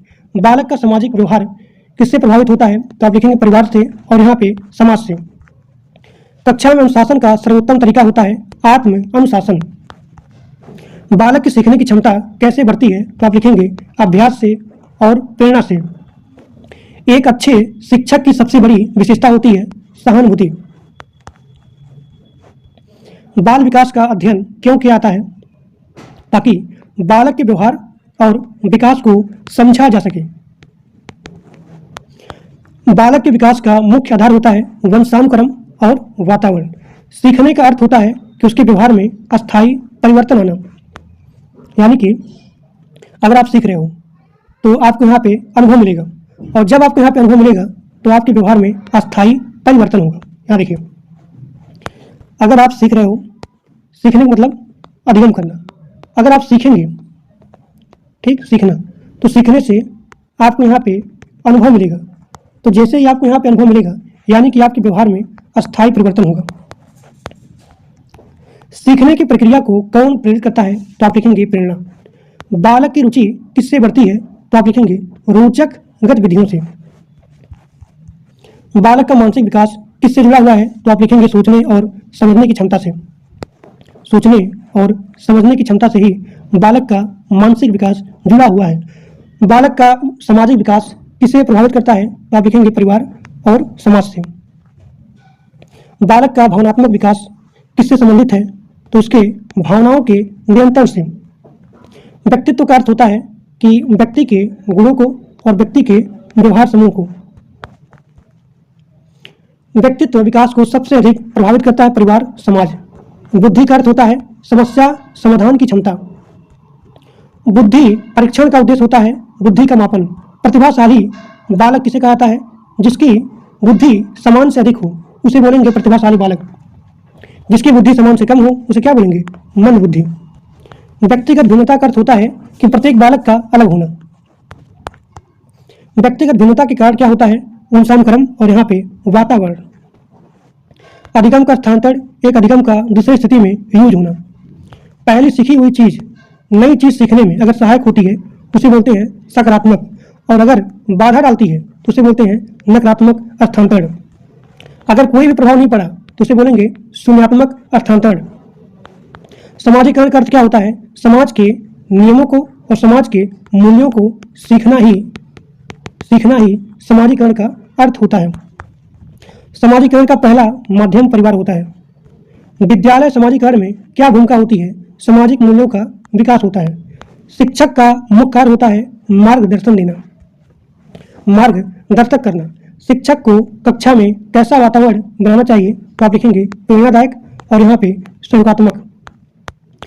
अधिगम का सबसे अच्छा तरीका होता है करके सीखना। शिक्षक का मुख्य उद्देश्य होता है सर्वांगीण विकास करना, और अधिगम का मुख्य तत्व होता है अनुभव। सीखने की प्रक्रिया में रुचि का महत्व होता है सीखने को प्रभावी बनाना। बालक की रचनात्मक का मुख्य कारण होता है मौलिकता। बालक की जिज्ञासा को बढ़ावा देना चाहिए। अधिगम का उद्देश्य होता है कि उसके व्यवहार में परिवर्तन लाना। सीखने की प्रक्रिया जीवन भर चलती रहती है। शिक्षक का अंतिम उद्देश्य होता है व्यक्तित्व का विकास करना। कक्षा में अनुशासन का सर्वोत्तम तरीका होता है आत्म अनुशासन बनाए रखना। अधिगम को स्थायी बनाने के लिए सबसे अच्छा तरीका होता है अभ्यास, यानी कि ज़्यादा से ज़्यादा प्रैक्टिस किया जाए। बालक की सीखने की गति निर्भर होती है बुद्धि पर और प्रेरणा पर। अधिगम का सबसे बड़ा साधन होता है एक्सपीरियंस, यानी कि अनुभव। बालक का सामाजिक व्यवहार किसे प्रभावित करता है तो आप लिखेंगे परिवार और यहाँ पे समाज। शिक्षक का आदर्श गुण क्या होता है? धैर्य रखना और यहाँ पे सहानुभूति करना। बालक की रुचि बढ़ाई जा सकती है रोचक गतिविधियों से। अधिगम का सबसे प्रभावी तरीका क्या होता है तो आप लिखेंगे गतिविधि आधारित शिक्षण। बालक का विकास सिर से पैर की दिशा में होता है, सिर से पैर की दिशा में होता है। विकास का क्रमबद्ध होता है। बालक के विकास में विद्यालय की भूमिका होती है शिक्षा और यहाँ पे सामाजिकरण विकास करना। सीखने का सबसे महत्वपूर्ण कारक क्या है? प्रेरणा। अधिगम का मुख्य उद्देश्य क्या होता है? ज्ञान और यहाँ पे कौशल को प्राप्त करना। यानी कि जो भी आपका अधिगम होता है तो अधिगम का मतलब आप ज्ञान भी अर्जित करो और साथ ही साथ आपको यहाँ पे स्किल डेवलपमेंट भी हो। बालक की रचनात्मक कैसे बढ़ाई जा सकती है तो आप लिखेंगे स्वतंत्र सोच को प्रोत्साहन देकर के। एक अच्छे शिक्षक की मुख्य विशेषता होती है सहानुभूति। शिक्षक का अंतिम उद्देश्य होता है, यानी कि शिक्षा का अंतिम उद्देश्य होता है सर्वांगीण विकास करना। बाल विकास किस प्रकार की प्रक्रिया है तो आप लिखेंगे निरंतर और यहाँ पे क्रमबद्ध प्रक्रिया होती है। बाल विकास का अध्ययन किसके लिए यूज होता है तो आप लिखेंगे शिक्षक के लिए और यहाँ पे अभिभावक के लिए। विकास का कौन सिद्धांत कहता है कि विकास सिर से पैर की ओर होता है तो आप लिखेंगे सेफेलो कार्डल सिद्धांत।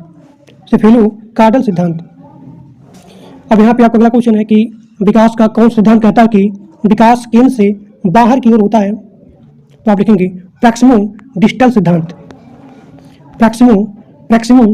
सिद्धांत। ठीक। अब यहाँ पे आपका अगला क्वेश्चन है कि बालक का बौद्धिक विकास किससे जुड़ा हुआ है तो आप लिखेंगे सोचने और समझने की क्षमता से। बालक का सामाजिक विकास प्रभावित करता है परिवार को, समाज को। अधिगम का सबसे प्रभावी साधन है अनुभव। सीखने की प्रक्रिया में रुचि का महत्व होता है कि सीखने को प्रभावी बनाना। प्रेरणा का मुख्य उद्देश्य क्या होता है कि सीखने के लिए उत्साह उत्पन्न करना। अधिगम का मुख्य उद्देश्य होता है व्यवहार में परिवर्तन। बालक का पहला सामाजिक वातावरण होता है परिवार। विद्यालय समाजीकरण में क्या भूमिका होती है? सामाजिक मूल्यों का विकास होता है। व्यक्तित्व का अर्थ होता है कि व्यक्ति के व्यवहार गुणों का समुच्चय। व्यक्तित्व विकास किससे प्रभावित होता है तो आप लिखेंगे वंशानुक्रम और यहाँ पे वातावरण से। बुद्धि का अर्थ होता है समस्या को हल करना। अगर ये क्षमता आपके अंदर आ गया यानी कि आप बुद्धिमान हो, नहीं तो उल्लू हो। बुद्धि परीक्षण किसके द्वारा विकसित किया गया है तो आप लिखेंगे बीने और साइमन। आईक्यू का सूत्र क्या होता है? मानसिक आयु भागा वास्तविक आयु गुणे 100। प्रतिभाशाली का यानी कि प्रतिभाशाली बालक का आईक्यू लेवल होता है 130 से अधिक। व्यक्तिगत भिन्नता का अर्थ होता है हर बालक का अलग होना। व्यक्तिगत भिन्नता का मुख्य कारण होता है वंशानुक्रम और यहाँ पे वातावरण। अधिगम का स्थानांतरण क्या होता है? एक सीख का दूसरे स्थिति में यूज होना। सकारात्मक स्थानांतरण क्या होता है कि पहले सीखी चीज नई सीखने में सहायक हो तो आपको हो गया सकारात्मक, बाधा डाले नकारात्मक, कोई प्रभाव ना पड़े शून्य स्थानांतरण हो गया। सामाजिकरण का अर्थ क्या होता है कि समाज के नियम को और मूल्यों को सीखना। सामाजिकरण का पहला माध्यम क्या होता है? परिवार होता है। शिक्षक का मुख्य भूमिका क्या होता है? मार्गदर्शक देना और सहायक करना। शिक्षक का उद्देश्य होता है यानी कि शिक्षा का मुख्य उद्देश्य होता है सर्वांगीण विकास करना। एक नंबर का क्लास चल रहा है, कसम से बता रहा हूँ, आप पूरे यूट्यूब पे जाओ, 10 घंटा 12 घंटे लोग पढ़ाएंगे लेकिन इतना अच्छा कंटेंट इतने कम समय में कोई भी नहीं देगा। सब टाइम वेस्ट करते हैं। मैं आपको गारंटी देता हूँ इतने कम समय में आप पूरा यूट्यूब छान मारो, पूरा यूट्यूब, इससे बेस्ट कंटेंट इतने कम समय में आपको कोई भी नहीं देगा। ठीक है, तो पूरा विश्वास के साथ यहाँ पढ़ाई करिए। तो शिक्षा का मुख्य उद्देश्य क्या होता है? सर्वांगीण विकास करना। और अधिगम का सबसे प्रभावी तरीका क्या होता है? करके सीखना। कक्षा में अनुशासन बनाए रखने का सर्वोत्तम तरीका क्या होता है? आत्म अनुशासन को बनाए रखना। बालक की जिज्ञासा को क्या करना चाहिए? प्रोत्साहित करना चाहिए। अधिगम का मुख्य तत्व क्या होता है? अनुभव होता है। बालक की रचनात्मक का मुख्य गुण क्या होता है? मौलिकता होता है। सीखने की प्रक्रिया कभी भी समाप्त नहीं होती है। और बालक का भावनात्मक विकास किससे संबंधित है? तो भावनाओं के नियंत्रण से। बालक का सामाजिक व्यवहार किससे प्रभावित करता है? तो आप लिखेंगे परिवार को और समाज को। शिक्षक को कैसा वातावरण बनाए रखना चाहिए? तो आप लिखेंगे प्रेरणादायक वातावरण। अधिगम को स्थायी बनाने का अच्छा तरीका होता है कि आप लगातार प्रैक्टिस करिए, लगातार अभ्यास करिए। बालक की रुचि बढ़ाने के लिए आपको रोचक गतिविधियों का यूज करना चाहिए। शिक्षा का अंतिम लक्ष्य होता है व्यक्तित्व का विकास करना। बालक का विकास किस दिशा में होता है? सिर से पैर की ओर। विकास का क्रम कैसा होता है? क्रमबद्ध होता है, यानी कि एक सिस्टमैटिक तरीके से ही यहाँ पे डेवलपमेंट किया जा सकता है। अधिगम का सबसे बड़ा साधन होता है अनुभव। प्रेरणा दो टाइप का होता है, आंतरिक, बाह्य। आंतरिक क्या होता है? रुचि से पढ़ना होता है, और अगर आप पुरस्कार के लिए पढ़ रहे हो तो आपका हो गया बाह्य प्रेरणा। एक अच्छे शिक्षक का मुख्य गुण क्या होता है? धैर्य होता है। इसी क्लास में आपका पूरा का पूरा रिवीजन भी हो जा रहा है। बालक की सीखने की गति किस पर निर्भर होती है? तो बुद्धि पर और प्रेरणा पर। शिक्षक का उद्देश्य क्या होता है? सॉरी यार, मैं एक ही बार बोल रहा हूँ। शिक्षा का उद्देश्य क्या होता है? मैं शिक्षा को शिक्षक बोलता हूँ। शिक्षा का उद्देश्य क्या होता है? ज्ञान और यहाँ पे कौशल का विकास।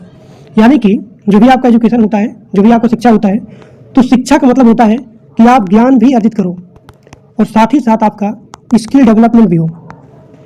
तो यही जो है एजुकेशन का यानी कि शिक्षा का मेन उद्देश्य होता है। एक आदर्श शिक्षक की विशेषता क्या होती है? सहानुभूति होती है और सहयोग होता है। बाल विकास का मुख्य उद्देश्य होता है कि बालक का सर्वांगीण विकास करना। बाल विकास का अध्ययन किसके लिए सबसे अधिक होता है? सबसे अधिक उपयोगी होता है शिक्षक के लिए। विकास का कौन सा सिद्धांत कहता है कि सभी बच्चे विकास के समान क्रम से गुजरते हैं? तो उसे बोलते हैं विकास का क्रमबद्ध सिद्धांत। बालक का शारीरिक विकास किससे संबंधित होता है? तो लिखेंगे शरीर की वृद्धि से। बालक के मानसिक विकास का अर्थ क्या होता है? सोचने समझने की क्षमता के विकास से। और यहाँ पे आपका अगला क्वेश्चन है कि सीखने की प्रक्रिया किससे प्रभावित होती है? तो आप लिखेंगे वातावरण से। अधिगम का सबसे महत्वपूर्ण तत्व क्या होता है? अनुभव होता है। प्रेरणा का संबंध किससे होता है? सीखने की इच्छा से होता है। बालक की रुचि का विकास कैसे किया जा सकता है? तो आप लिखेंगे रोचक शिक्षण से। कक्षा में अनुशासन बनाए रखने का सर्वोत्तम तरीका क्या होता है? आत्म अनुशासन होता है। और यहाँ पे आपका अगला क्वेश्चन है व्यक्तित्व विकास किससे प्रभावित होता है? तो आप लिखेंगे वंशानुक्रम वातावरण से। बुद्धि का संबंध किससे होता है? समस्या के समाधान से होता है। और आईक्यू का फुल फॉर्म क्या होता है? इंटेलिजेंस क्वेश्चन होता है। बुद्धि परीक्षण किसके द्वारा विकसित किया गया है? तो आप लिखेंगे बीने और साइमन से। एक बार फिर से बोला हूँ, बुद्धि परीक्षण किसके द्वारा विकसित किया गया है? तो आप लिखेंगे बीने और साइमन से। प्रतिभाशाली बालक की पहचान क्या होती है? तो उच्च बुद्धि स्तर से होती है। व्यक्तिगत भिन्नता का अर्थ क्या होता है? प्रत्येक बालक का अलग होना। व्यक्तिगत भिन्नता को ध्यान में रखकर शिक्षा देने को क्या कहते हैं? व्यक्तिगत शिक्षण कहते हैं। अधिगम का स्थानांतरण क्या होता है? एक सीख का दूसरी स्थिति में यूज करना, यानी कि जो आप पहले सीखे हो उसकी सहायता से आप दूसरे चीज को सीख रहे हो, उसमें आपका यूज हो रहा है। तो उसे बोलते हैं अधिगम। अब यहाँ पे आपका अगला क्वेश्चन है, सकारात्मक स्थानांतरण का उदाहरण क्या है? जैसे कि साइकिल चलाना सीखने से मोटरसाइकिल चलाना आसान होता है। नकारात्मक क्या होता है कि जो चीज़ आप पहले सीखे हो उसकी सहायता से अगर आप कोई नई चीज़ सीख रहे हो उसमें अगर बाधा आए तो उसे बोलते हैं नकारात्मक स्थानांतरण। सामाजिकरण का अर्थ क्या होता है? तो सामाजिकरण का अर्थ होता है कि समाज के नियमों को और समाज के मूल्यों को सीखना। सामाजिकरण का पहला माध्यम होता है परिवार होता है। विद्यालय सामाजिकरण में क्या भूमिका होती है? सामाजिक मूल्यों का विकास। बालक की जिज्ञासा को प्रोत्साहित करना चाहिए। अधिगम का सबसे प्रभावी तरीका है प्रैक्टिस करना या फिर करके सीखना। बालक के विकास का मुख्य आधार क्या होता है? वंशानुक्रम और यहाँ पे वातावरण। रचनात्मक का मुख्य गुण होता है मौलिकता। सीखने की प्रक्रिया कभी भी समाप्त नहीं होती है। बालक के भावनात्मक विकास का अर्थ होता है भावनाओं का नियंत्रण। शिक्षक की भूमिका क्या होती है? मार्गदर्शक होती है। बालक का पहला शिक्षक माता होती है। अधिगम का मुख्य उद्देश्य व्यवहार में परिवर्तन लाना। बालक की रुचि बढ़ाने के लिए क्या करना चाहिए? गतिविधि आधारित शिक्षण करना चाहिए। एक अच्छे शिक्षक का मुख्य गुण क्या होता है? धैर्य होता है। एक अच्छे शिक्षक का मुख्य गुण क्या होता है? धैर्य होता है। अब देखिए, बालक के सीखने की गति किस पर निर्भर करती है? बुद्धि पर और प्रेरणा पर। शिक्षक का मुख्य उद्देश्य क्या होता है? व्यक्तित्व का विकास करना। अधिगम का स्थायी किससे बढ़ता है? अभ्यास से बढ़ता है। अब यहाँ पे आपका अगला क्वेश्चन है, प्रेरणा कितने प्रकार की होती है? तो प्रेरणा दो प्रकार की होती है, पहला आंतरिक, दूसरा बाह्य। रुचि से पढ़ना आंतरिक प्रेरणा, पुरस्कार के लिए पढ़ना वो आपको हो गया बाह्य प्रेरणा। बालक के सामाजिक व्यवहार का विकास किससे होता है? समाज से होता है और परिवार से होता है। कक्षा में सीखने का वातावरण कैसा होना चाहिए? प्रेरणादायक होना चाहिए। बालक के विकास की प्रक्रिया कैसे होती है? निरंतर होती है। शिक्षा का अंतिम लक्ष्य क्या होता है? सर्वांगीण विकास करना। बालक के सीखने का मुख्य स्रोत क्या होता है? अनुभव होता है। अब यहाँ पे आपका अगला क्वेश्चन है कि बालक के व्यवहार में परिवर्तन किससे आता है? तो आप लिखेंगे अधिगम से आता है। शिक्षक को बालक के साथ कैसा व्यवहार करना चाहिए? सहानुभूतिपूर्ण। बालक की प्रतिभा को कैसे विकसित किया जा सकता है? तो आप लिखेंगे उचित अवसर देकर के। अधिगम को रोचक बनाने के लिए क्या तरीका है? गतिविधि आधारित शिक्षण करना। एक आदर्श शिक्षक की विशेषता होती है सहयोगी करना और यहाँ पे सहानुभूति होना। बाल विकास का अर्थ क्या होता है? जन्म से वयस्क तक होने वाला परिवर्तन ही बाल विकास होता है। विकास की प्रक्रिया निरंतर होती है। वो कौन सा विकास सिद्धांत है जिसकी दिशा सिर से पैर की ओर होती है? यानी कि विकास का कौन सिद्धांत कहता है कि विकास सिर से पैर की ओर होती है? तो उसे बोलते हैं सेफेलो कांडल सिद्धांत। सेफेलो कांडल सिद्धांत। विकास का कौन सिद्धांत कहता है कि विकास केंद्र से बाहर की ओर होता है? तो आप लिखेंगे प्रैक्सिमो डिजिटल सिद्धांत। बाल विकास का अध्ययन किस विषय में होता है? तो आप लिखेंगे मनोविज्ञान। बाल विकास का अध्ययन किस विषय का भाग है? तो आप लिखेंगे मनोविज्ञान। बालक के व्यवहार में परिवर्तन किसका परिणाम है? तो आप लिखेंगे कि अगर बालक के व्यवहार में परिवर्तन होता है तो आप लिखेंगे अधिगम। तो अधिगम का मतलब होता है लर्निंग, यानी कि सीखना। तो जैसे आप सीखेंगे तो आपके अंदर एक अनुभव आएगा और जब अनुभव आएगा तो आपके व्यवहार में परिवर्तन होगा।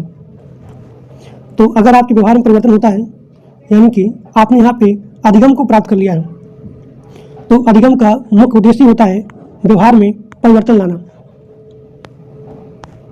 बालक का पहला सामाजिक समूह क्या होता है? परिवार होता है। विद्यालय का मुख्य कार्य क्या होता है? तो विद्यालय का मुख्य कार्य होता है शिक्षा प्रदान करना। अब यहाँ पे आपका अगला क्वेश्चन है कि बालक के व्यक्तित्व विकास में किसका महत्वपूर्ण योगदान होता है? परिवार का होता है और विद्यालय का होता है। बुद्धि का अर्थ क्या होता है? समस्या को हल करना। आईक्यू का फुल फॉर्म होता है इंटेलिजेंस क्वेशिएंट। बुद्धि परीक्षण किसने दिया था? किसने बनाया था?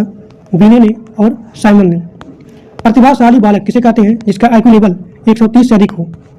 मन बुद्धि किसे कहते हैं? जिसका आईक्यू लेवल 70 से कम हो। व्यक्तिगत भिन्नता का अर्थ होता है प्रत्येक बालक का अलग होना। व्यक्तिगत भिन्नता के कारण क्या होता है? वंशानुक्रम और यहाँ पे वातावरण। अधिगम का सबसे अच्छा तरीका होता है प्रैक्टिस करना, यानी कि करके सीखना।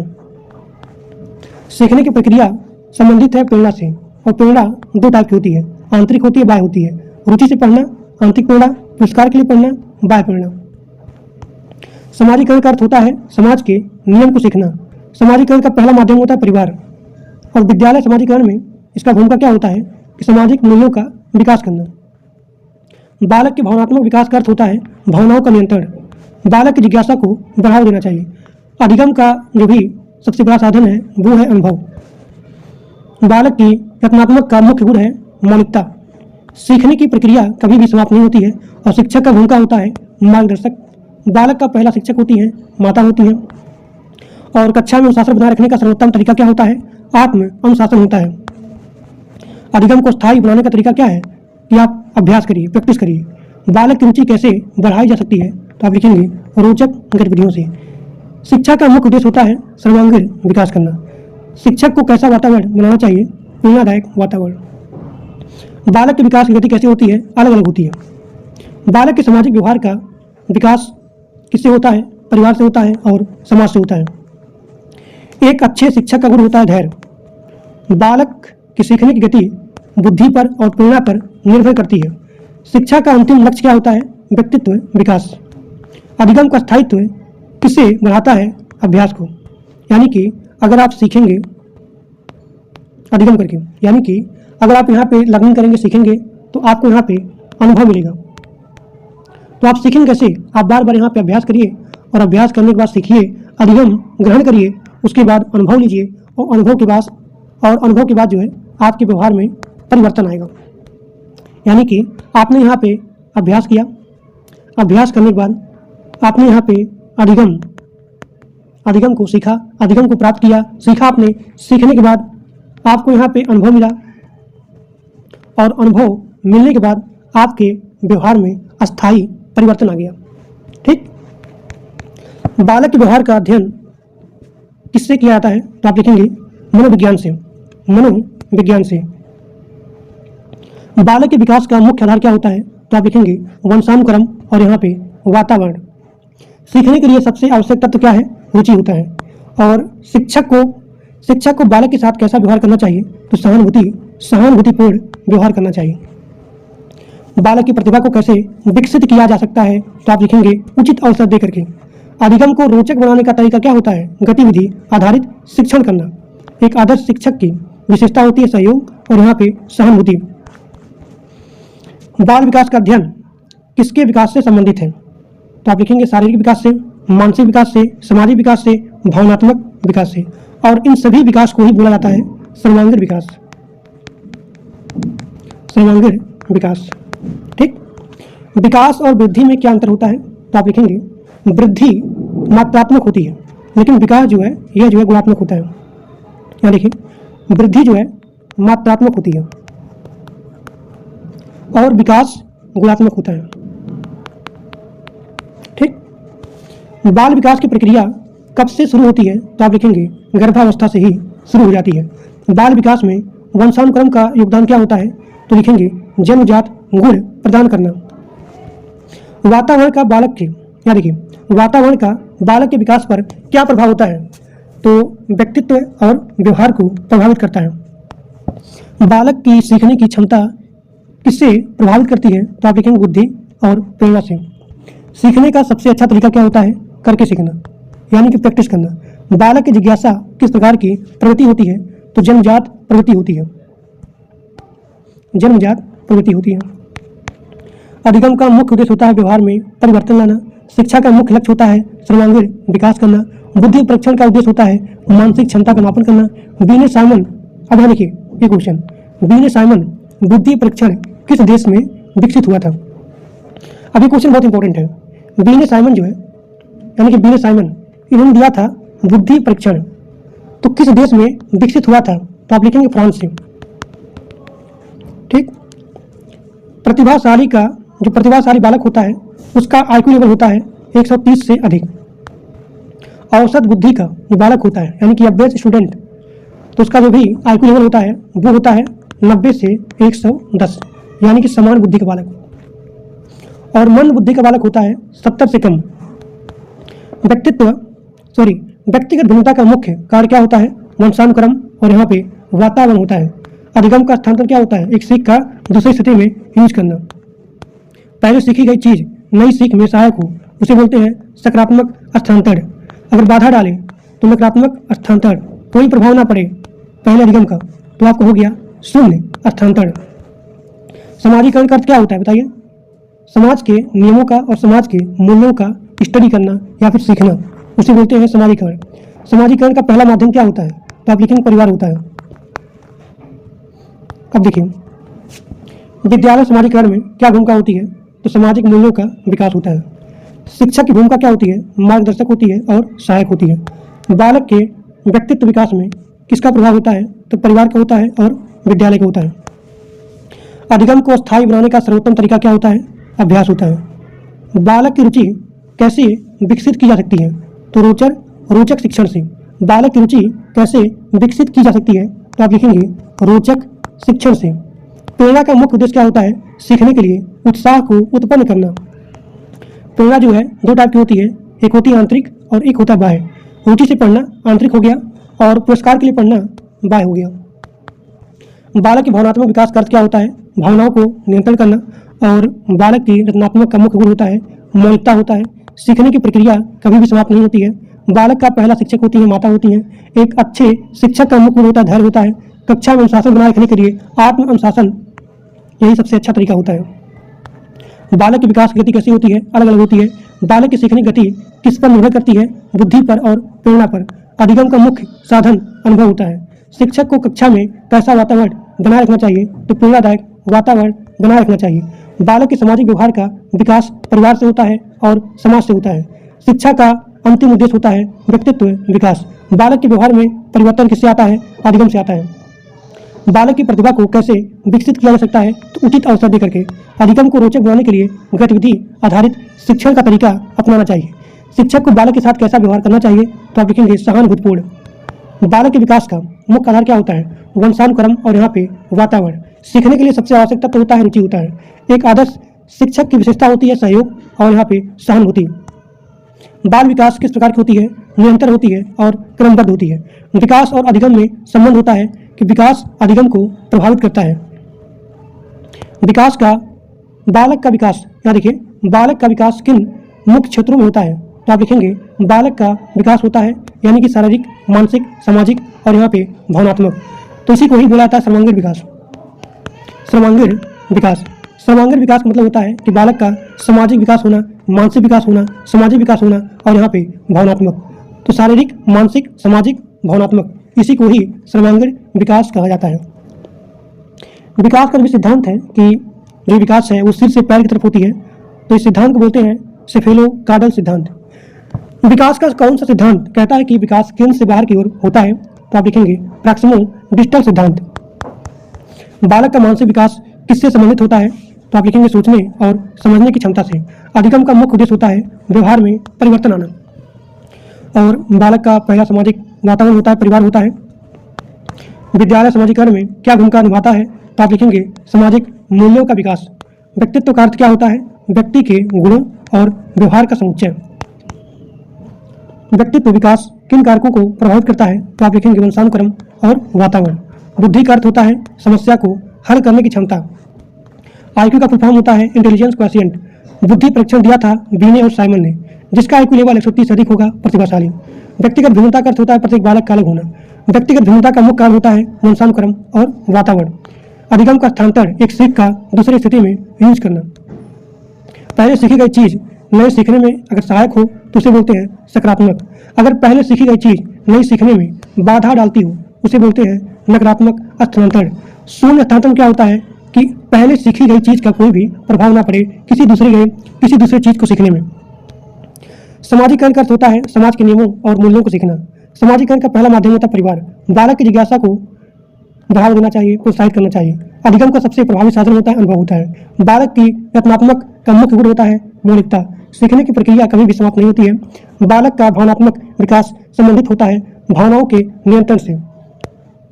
शिक्षक की भूमिका क्या है? तो आप लिखेंगे मार्गदर्शक। बालक का पहला शिक्षक होता है माता। कक्षा में अनुशासन बनाए रखने का सर्वोत्तम तरीका होता है आत्म अनुशासन। अधिगम को स्थायी बनाने का सर्वोत्तम तरीका होता है लगातार प्रैक्टिस करना, अभ्यास करना। बालक की रुचि कैसे बढ़ाई जा सकती है? रोचक गतिविधियों द्वारा। शिक्षक का मुख्य उद्देश्य होता है सर्वांगीण विकास करना। शिक्षक को कैसा वातावरण बनाए रखना चाहिए? प्रेरणादायक। बालक के विकास की गति कैसे होती है? अलग अलग होती है। बालक के सामाजिक व्यवहार का विकास किससे होता है? परिवार से होता है और समाज से होता है। एक अच्छे शिक्षक का मुख्य गुण होता है धैर्य। बालक की सीखने की गति किस पर निर्भर करती है? तो बुद्धि पर और प्रेरणा पर। अधिगम का मुख्य साधन है अनुभव।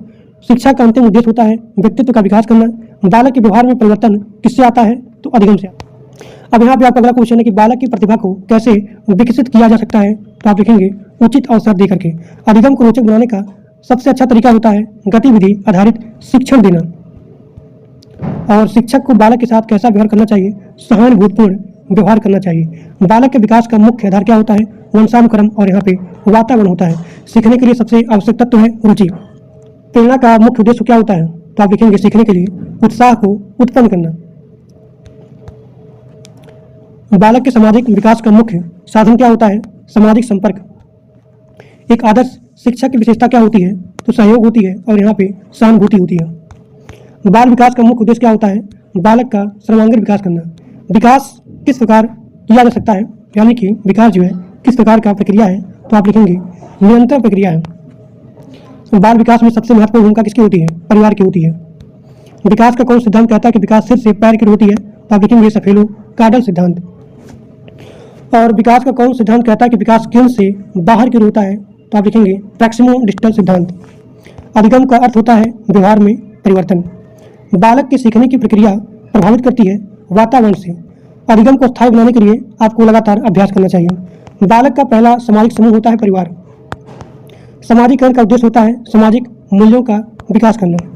व्यक्तित्व का अर्थ होता है व्यक्ति के गुणों और व्यवहार का समुच्चय। व्यक्तित्व विकास किन कारकों से प्रभावित होता है? वंशानुक्रम और यहाँ पे वातावरण। बुद्धि का अर्थ होता है समस्या समाधान की क्षमता। समस्या समाधान की क्षमता IQ का फुल फॉर्म होता है इंटेलिजेंस क्वोशिएंट। बुद्धि परीक्षण किसने दिया था? तो बी ने साइमन दिया था। प्रतिभाशाली बालक का IQ लेवल 130 से अधिक होता है। अवसर बुद्धि का IQ लेवल 90 से 110 होता है। व्यक्तिगत भिन्नता का अर्थ होता है प्रत्येक बालक का अलग होना। व्यक्तिगत भिन्नता के मुख्य कारण होते हैं वंशानुक्रम और यहाँ पे वातावरण। अधिगम का हस्तांतरण होता है एक सीख का दूसरे में यूज करना।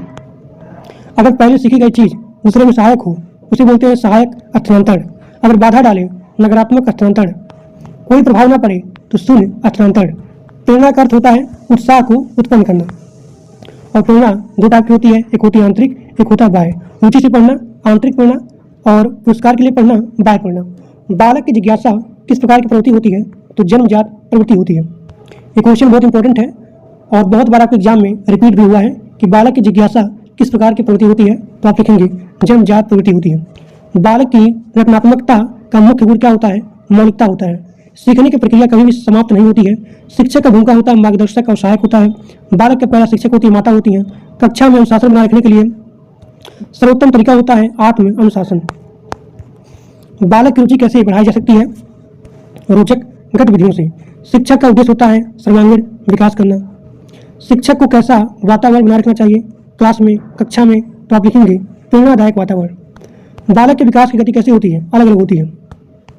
बालक के सामाजिक व्यवहार का विकास किससे होता है? परिवार से होता है और समाज से होता है। एक अच्छे शिक्षक का मुख्य गुण होता है धैर्य। बालक की सीखने गति निर्भर करती है बुद्धि पर और प्रेरणा पर। अधिगम का मुख्य साधन होता है अनुभव। शिक्षा का अंतिम लक्ष्य होता है व्यक्तित्व विकास। बालक के व्यवहार में परिवर्तन किससे आता है? अधिगम से आता है। बालक की प्रतिभा को कैसे विकसित किया जा सकता है? तो आप लिखेंगे उचित अवसर दे करके। अधिगम को रोचक बनाने का तरीका क्या होता है? गतिविधि आधारित शिक्षण प्रदान करना। शिक्षक को बालक के साथ सहानुभूतिपूर्ण व्यवहार करना चाहिए। बालक के विकास का मुख्य आधार होता है वंशानुक्रम और यहाँ पे वातावरण। सीखने के लिए सबसे आवश्यक तत्व होता है रुचि होता है। बालक के सामाजिक विकास का मुख्य साधन होता है सामाजिक संपर्क। एक आदर्श शिक्षक की विशेषता होती है सहयोग और यहाँ पे सहानुभूति होती है। बाल विकास का अध्ययन किसके व्यवहार को समझने में मदद करता है? तो आप लिखेंगे बालक के व्यवहार को। अब देखिए विकास की प्रक्रिया कैसी होती है? क्रमबद्ध होती है और निरंतर होती है। विकास का कौन सा सिद्धांत कहता है कि विकास सिर से पैर की होती है? तो आप लिखेंगे सेफेलो काडल सिद्धांत। विकास का कौन सिद्धांत कहता है कि विकास केंद्र से बाहर की होती है? तो आप लिखेंगे प्रैक्सिमो डिस्टल सिद्धांत। बालक के विकास में सबसे महत्वपूर्ण भूमिका होती है परिवार की और वातावरण की। अधिगम का अर्थ होता है व्यवहार में परिवर्तन आना। अब यहाँ पे आपका अगला क्वेश्चन है कि अधिगम को अस्थायी बनाने का सबसे अच्छा तरीका होता है अभ्यास करना। बालक का पहला सामाजिक परिवार होता है। समाजीकरण का अर्थ होता है कि समाज के नियमों और मूल्यों को सीखना। विद्यालय की समाजीकरण में क्या भूमिका होती है? सामाजिक मूल्यों का विकास होता है। व्यक्तित्व का अर्थ क्या होता है? गुणों। क्या देखिए व्यक्तित्व का अर्थ होता है गुणों और व्यवहार का समुच्चय। व्यक्तित्व विकास किन कारकों से प्रभावित होती है? तो आप लिखेंगे वंशानुक्रम और वातावरण। बुद्धि का अर्थ होता है समस्या समाधान की क्षमता। आईक्यू का फुल फॉर्म क्या होता है? Intelligence quotient. आईक्यू का फुल फॉर्म होता है इंटेलिजेंस क्वोशिएंट। बी ने साइमन ने बुद्धि परीक्षण को विकसित किया था, किस देश से किया था? तो आप लिखेंगे सबसे पहले फ्रांस में हुआ था। प्रतिभाशाली बालक का आईक्यू कितना होता है? 130 से अधिक होता है। और समान बुद्धि का जो बालक होता है उसका आईक्यू लेवल होता है 90 से 110। व्यक्तिगत भिन्नता का अर्थ होता है प्रत्येक बालक अलग होना। व्यक्तिगत भिन्नता का मुख्य कारण होता है वंशानुक्रम, वातावरण, अधिगम का स्थानांतर, एक सीख का दूसरे अधिगम में यूज करना। अगर सीखी गई चीज का दूसरे यानी कि नई चीज में, नई सीखने में अगर सहायक हो उसे बोलते हैं सकारात्मक हस्तांतर। बाधा बने नकारात्मक, कोई प्रभाव ना पड़े शून्य हस्तांतर। प्रेरणा का अर्थ क्या होता है? उत्साह को उत्पन्न करना। प्रेरणा दो टाइप का होता है, आंतरिक बाह्य, रुचि से पढ़ना आंतरिक प्रेरणा, पुरस्कार के लिए पढ़ना बाह्य प्रेरणा। बालक की जिज्ञासा किस प्रकार की प्रवृत्ति होती है? जन्मजात होती है। बालक की रचनात्मक का मुख्य गुण होता है मौलिकता होता है। सीखने की प्रक्रिया कभी भी समाप्त नहीं होती है। और शिक्षक की भूमिका क्या होती है? मार्गदर्शक होती है। बालक का पहला शिक्षक कौन होता है? माता होती हैं। अब यहाँ पे आपका अगला क्वेश्चन है कि कक्षा में अनुशासन बनाए रखने का सर्वोत्तम तरीका क्या होता है? आत्म अनुशासन। बालक की रुचि कैसे बढ़ाई जा सकती है? तो आप लिखेंगे रोचक गतिविधियों से। शिक्षा का मुख्य उद्देश्य होता है सर्वांगीण विकास करना। शिक्षक को कक्षा में कैसा वातावरण बनाए रखना चाहिए? तो आप लिखेंगे प्रेरणादायक वातावरण। बालक के विकास की गति कैसी होती है? अलग अलग होती है। बालक के सामाजिक व्यवहार का विकास किससे होता है? परिवार से होता है और समाज से होता है। एक अच्छे शिक्षक का मुख्य गुण होता है धैर्य रखना। और बालक के सीखने की गति निर्भर करती है बुद्धि पर और प्रेरणा पर। अधिगम का मुख्य साधन है अनुभव। और शिक्षा का अंतिम लक्ष्य होता है व्यक्तित्व विकास करना। बालक के व्यवहार में परिवर्तन किससे आता है? तो आप लिखेंगे अधिगम से आता है। और बालक की प्रतिभा को कैसे विकसित किया जा सकता है? तो आप लिखेंगे उचित अवसर देकर के। अधिगम को रोचक बनाने का तरीका होता है गतिविधि आधारित शिक्षण प्रदान करना। शिक्षक को बालक के साथ कैसा व्यवहार करना चाहिए? सहानुभूतिपूर्ण व्यवहार करना चाहिए। बालक के विकास का मुख्य आधार होता है वंशानुक्रम और वातावरण। सीखने के लिए सबसे आवश्यक तत्व होता है रुचि होता है। बालक के सामाजिक विकास का मुख्य साधन होता है सामाजिक संपर्क। एक आदर्श शिक्षक की विशेषता होती है सहयोग और सहानुभूति। बाल विकास का अध्ययन किसके व्यवहार को समझने में सहायक होता है? तो आप लिखेंगे बालक के व्यवहार को। ठीक है।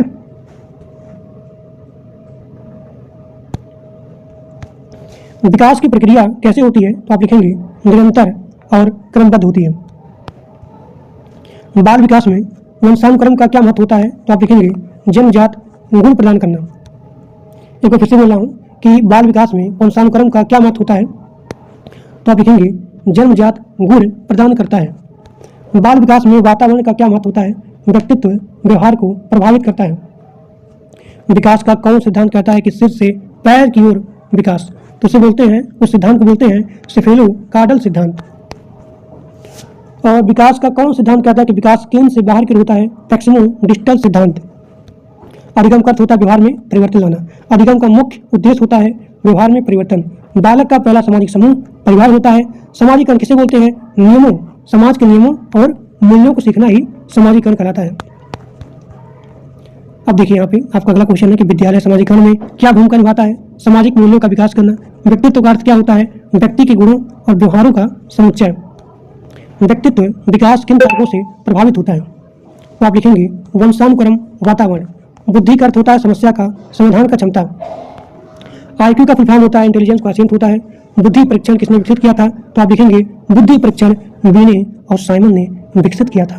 प्रतिभाशाली बालक का आईक्यू लेवल कितना होता है? 130 से अधिक होता है। और एवरेज स्टूडेंट का जो भी आईक्यू लेवल होता है वो 90 से 110 होता है। व्यक्तिगत भिन्नता का अर्थ क्या होता है? प्रत्येक बालक अलग होना। और व्यक्तिगत भिन्नता का मुख्य कारण होता है वंशानुक्रम, वातावरण होता है। अधिगम का स्थानांतर क्या होता है? एक सीख का दूसरे सीख में यूज करना। अगर एक सीख नई चीज सीखने में सहायक होती है उसे सकारात्मक हस्तांतरण बोलते हैं।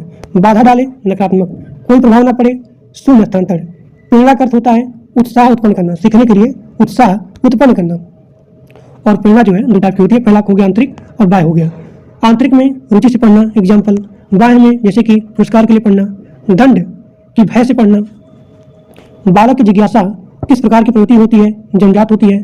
बालक की रचनात्मक का मुख्य गुण होता है मौलिकता होता है। सीखने की प्रक्रिया कभी भी समाप्त नहीं होती है। शिक्षक की भूमिका मार्गदर्शक होती है। बालक की पहली शिक्षक माता होती हैं। कक्षा में अनुशासन बनाए रखने का सबसे अच्छा तरीका होता है आत्म अनुशासन। बालक की रुचि बढ़ाई जा सकती है रोचक गतिविधियों से। शिक्षक का मुख्य उद्देश्य होता है सर्वांगीण विकास करना। शिक्षक को कक्षा में प्रेरणादायक वातावरण बनाए रखना चाहिए। बालक के विकास की गति कैसी होती है? अलग अलग होती है। बालक के सामाजिक व्यवहार का विकास किससे होता है? समाज से होता है, परिवार से होता है। एक अच्छे शिक्षक का मुख्य गुण होता है धैर्य। बालक के सीखने की गति कैसी होती है? बुद्धि और प्रयास होती है। अधिगम का मुख्य साधन होता है अनुभव। शिक्षा का अंतिम लक्ष्य होता है व्यक्तित्व विकास। बालक के व्यवहार में परिवर्तन किससे आता है? अधिगम से आता है। बालक की प्रतिभा को कैसे विकसित किया जा सकता है? तो आप लिखेंगे उचित अवसर देकर के। उचित अवसर देकर के। अधिगम को रोचक बनाने का तरीका क्या होता है? गतिविधि आधारित शिक्षण होता है। शिक्षक को बालक के साथ कैसा व्यवहार करना चाहिए? सहानुभूतिपूर्ण व्यवहार करना चाहिए। बालक के विकास का मुख्य आधार क्या होता है? वंशानुक्रम और वातावरण होता है। सीखने के लिए सबसे आवश्यक तत्व होता है रुचि होता है। एक आदर्श शिक्षक की विशेषता होता है सहयोग सहानुभूत होता है। बालक विकास का मुख्य उद्देश्य होता है कि बालक का सर्वांगीण विकास करना। विकास की प्रक्रिया कब से शुरू होती है? गर्भावस्था से ही। बाल विकास में सबसे महत्वपूर्ण अवधि कौन सी होती है? प्रारंभिक बाल्यावस्था। शिक्षा मनोविज्ञान का मुख्य उद्देश्य क्या होता है? शिक्षा प्रक्रिया को प्रभावी बनाना। बालक के व्यवहार को समझने के लिए किसका अध्ययन आवश्यक होता है? तो आप लिखेंगे मनोविज्ञान। एक बार फिर से बोला हूँ कि बालक के व्यवहार को समझने के लिए मनोविज्ञान का आवश्यक होता है। मनोविज्ञान अध्ययन का आवश्यक होता है। ठीक। अब यहाँ पे आपका 806 क्वेश्चन है कि विकास का अर्थ क्या होता है? तो आप लिखेंगे गुणात्मक परिवर्तन। वृद्धि का अर्थ होता है आकार और संख्या में वृद्धि। खेल का बाल विकास में क्या महत्व होता है? ताकि उसका शारीरिक विकास हो और साथ ही साथ मानसिक विकास हो। समाजीकरण की प्रक्रिया कब शुरू होती है? जन्म के बाद। समाजीकरण का पहला माध्यम होता है परिवार। अब देखिए बालक का सामाजिक विकास किससे प्रभावित होता है? तो आप लिखेंगे परिवार से और विद्यालय से और समाज से। ठीक। परिवार, विद्यालय और समाज। कक्षा में सीखने का सर्वोत्तम तरीका क्या होता है? गतिविधि आधारित शिक्षण होता है। बालक के विकास में शिक्षक की भूमिका होती है मार्गदर्शक देना। अधिगम का मुख्य आधार होता है अनुभव। सीखने की प्रक्रिया सबसे महत्वपूर्ण होती है रुचि से। प्रेरणा का संबंध होता है अधिगम से। आंतरिक प्रेरणा का स्रोत क्या है? स्वयं की रुचि होती है। बाह्य प्रेरणा का उदाहरण क्या होता है? पुरस्कार होता है। बालक की रचनात्मक कैसे बढ़ाई जा सकती है? तो स्वतंत्र सोच को प्रोत्साहित करके। बुद्धि का संबंध किससे होता है? समस्या के समाधान से होता है। IQ का स्तर कितना माना जाता है? तो आप लिखेंगे 100। अब देखिए प्रतिभाशाली बालक की पहचान क्या होती है? तो आप लिखेंगे उच्च बुद्धि स्तर। मन बुद्धि बालक का IQ लेवल कितना होता है? 70 से कम होता है। व्यक्तिगत भिन्नता का सम्मान करना किसका कर्तव्य है? शिक्षक का। कक्षा में सभी छात्रों को समान अवसर देना किस सिद्धांत जुड़ा हुआ है? तो आप लिखेंगे समानता के सिद्धांत से। अधिगम का स्थानांतरण कितने प्रकार का होता है? तो 3 प्रकार का होता है। अधिगम का स्थानांतरण 3 प्रकार का होता है। पहला सकारात्मक, दूसरा नकारात्मक और तीसरा शून्यात्मक। देखिए सकारात्मक मैंने बता दिया, नकारात्मक क्या होता है ये भी आपको बता दिया, और शून्य स्थानांतरण क्या होता है ये भी मैंने आपको बता दिया। बालक की सीखने की गति निर्भर करती है बुद्धि पर और रुचि पर। कक्षा में अनुशासन बनाए रखने का सर्वोत्तम तरीका क्या होता है? आत्म अनुशासन करना। शिक्षक को छात्रों के साथ कैसा व्यवहार करना चाहिए? तो आप लिखेंगे सहानुभूतिपूर्ण। बालक की जिज्ञासा किस प्रकार की प्रवृत्ति होती है? तो आप लिखेंगे जन्मजात। बालक का नैतिक विकास किससे प्रभावित होता है? तो आप लिखेंगे परिवार और समाज से। बालक का पहला शिक्षक कौन होता है? तो आप लिखेंगे माता होती हैं।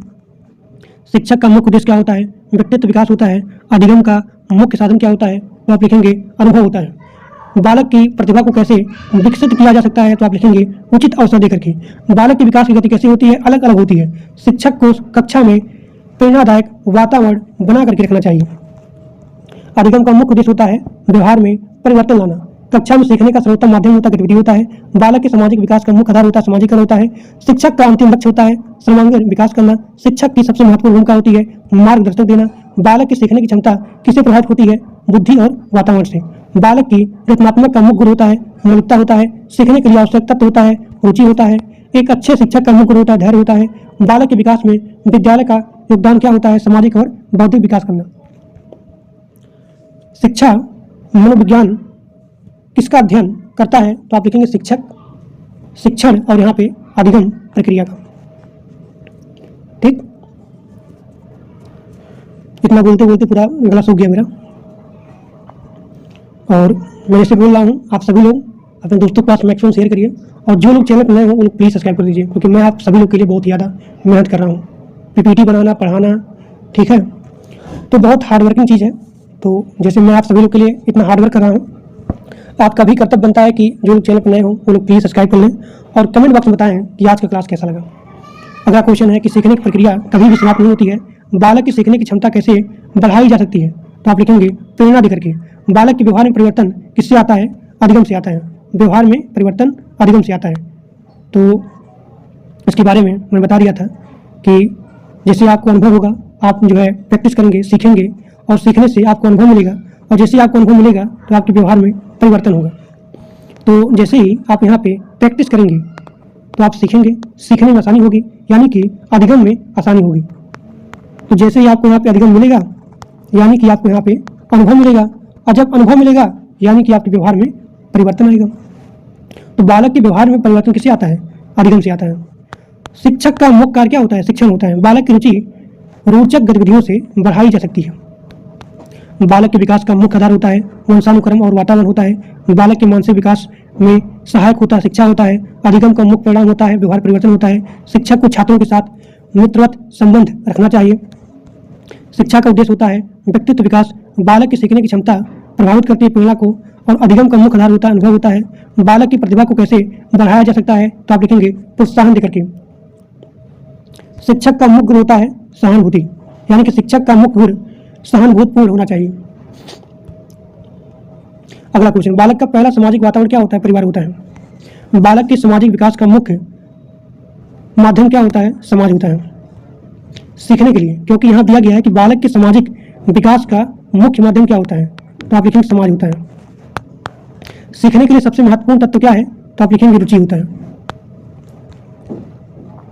बालक के व्यवहार का अध्ययन किससे किया जा सकता है? तो आप लिखेंगे मनोविज्ञान से। शिक्षा का मुख्य लक्ष्य होता है सर्वांगीण विकास। बालक के विकास की गति अलग अलग होती है। बालक के मानसिक विकास में सहायक होती शिक्षा होती है। शिक्षक को कक्षा में प्रेरित करना चाहिए। बालक की सीखने की क्षमता प्रभावित करती है वातावरण को। बालक की जिज्ञासा का क्या महत्व होता है? सीखने में सहायक। अब देखिए, यहाँ पे आपका अगला क्वेश्चन है कि अधिगम का मुख्य उद्देश्य क्या होता है? तो आप लिखेंगे व्यवहार में परिवर्तन लाना। बालक का पहला शिक्षक होती है माता होती है। शिक्षक का मुख्य कार्य होता है मार्गदर्शक होता है। बालक की प्रतिभा कैसे विकसित होती है? अभ्यास से। शिक्षक का मुख्य उद्देश्य होता है सर्वांगीण विकास करना। सीखने का मुख्य आधार होता है अनुभव। बालक के विकास का मुख्य आधार होता है वंशानुक्रम और यहाँ पे वातावरण। शिक्षक का मुख्य गुण होता है धैर्य होता है। बालक की सीखने की गति अलग अलग होती है। अब यहाँ पे आपका अगला क्वेश्चन है कि शिक्षा का मुख्य लक्ष्य क्या होता है? तो आप लिखेंगे व्यक्तित्व विकास। बालक की प्रतिभा का विकास कैसे होता है? अवसर देकर के। जितना आप उसको अवसर दोगे उतना ही उसके प्रतिभा का विकास होगा। अधिगम का मुख्य उद्देश्य होता है व्यवहार में परिवर्तन लाना।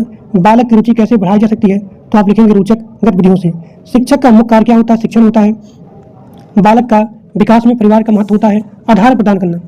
शिक्षा का मुख्य उद्देश्य होता है सर्वांगीण विकास करना। अधिगम का मुख्य परिणाम होता है व्यवहार परिवर्तन।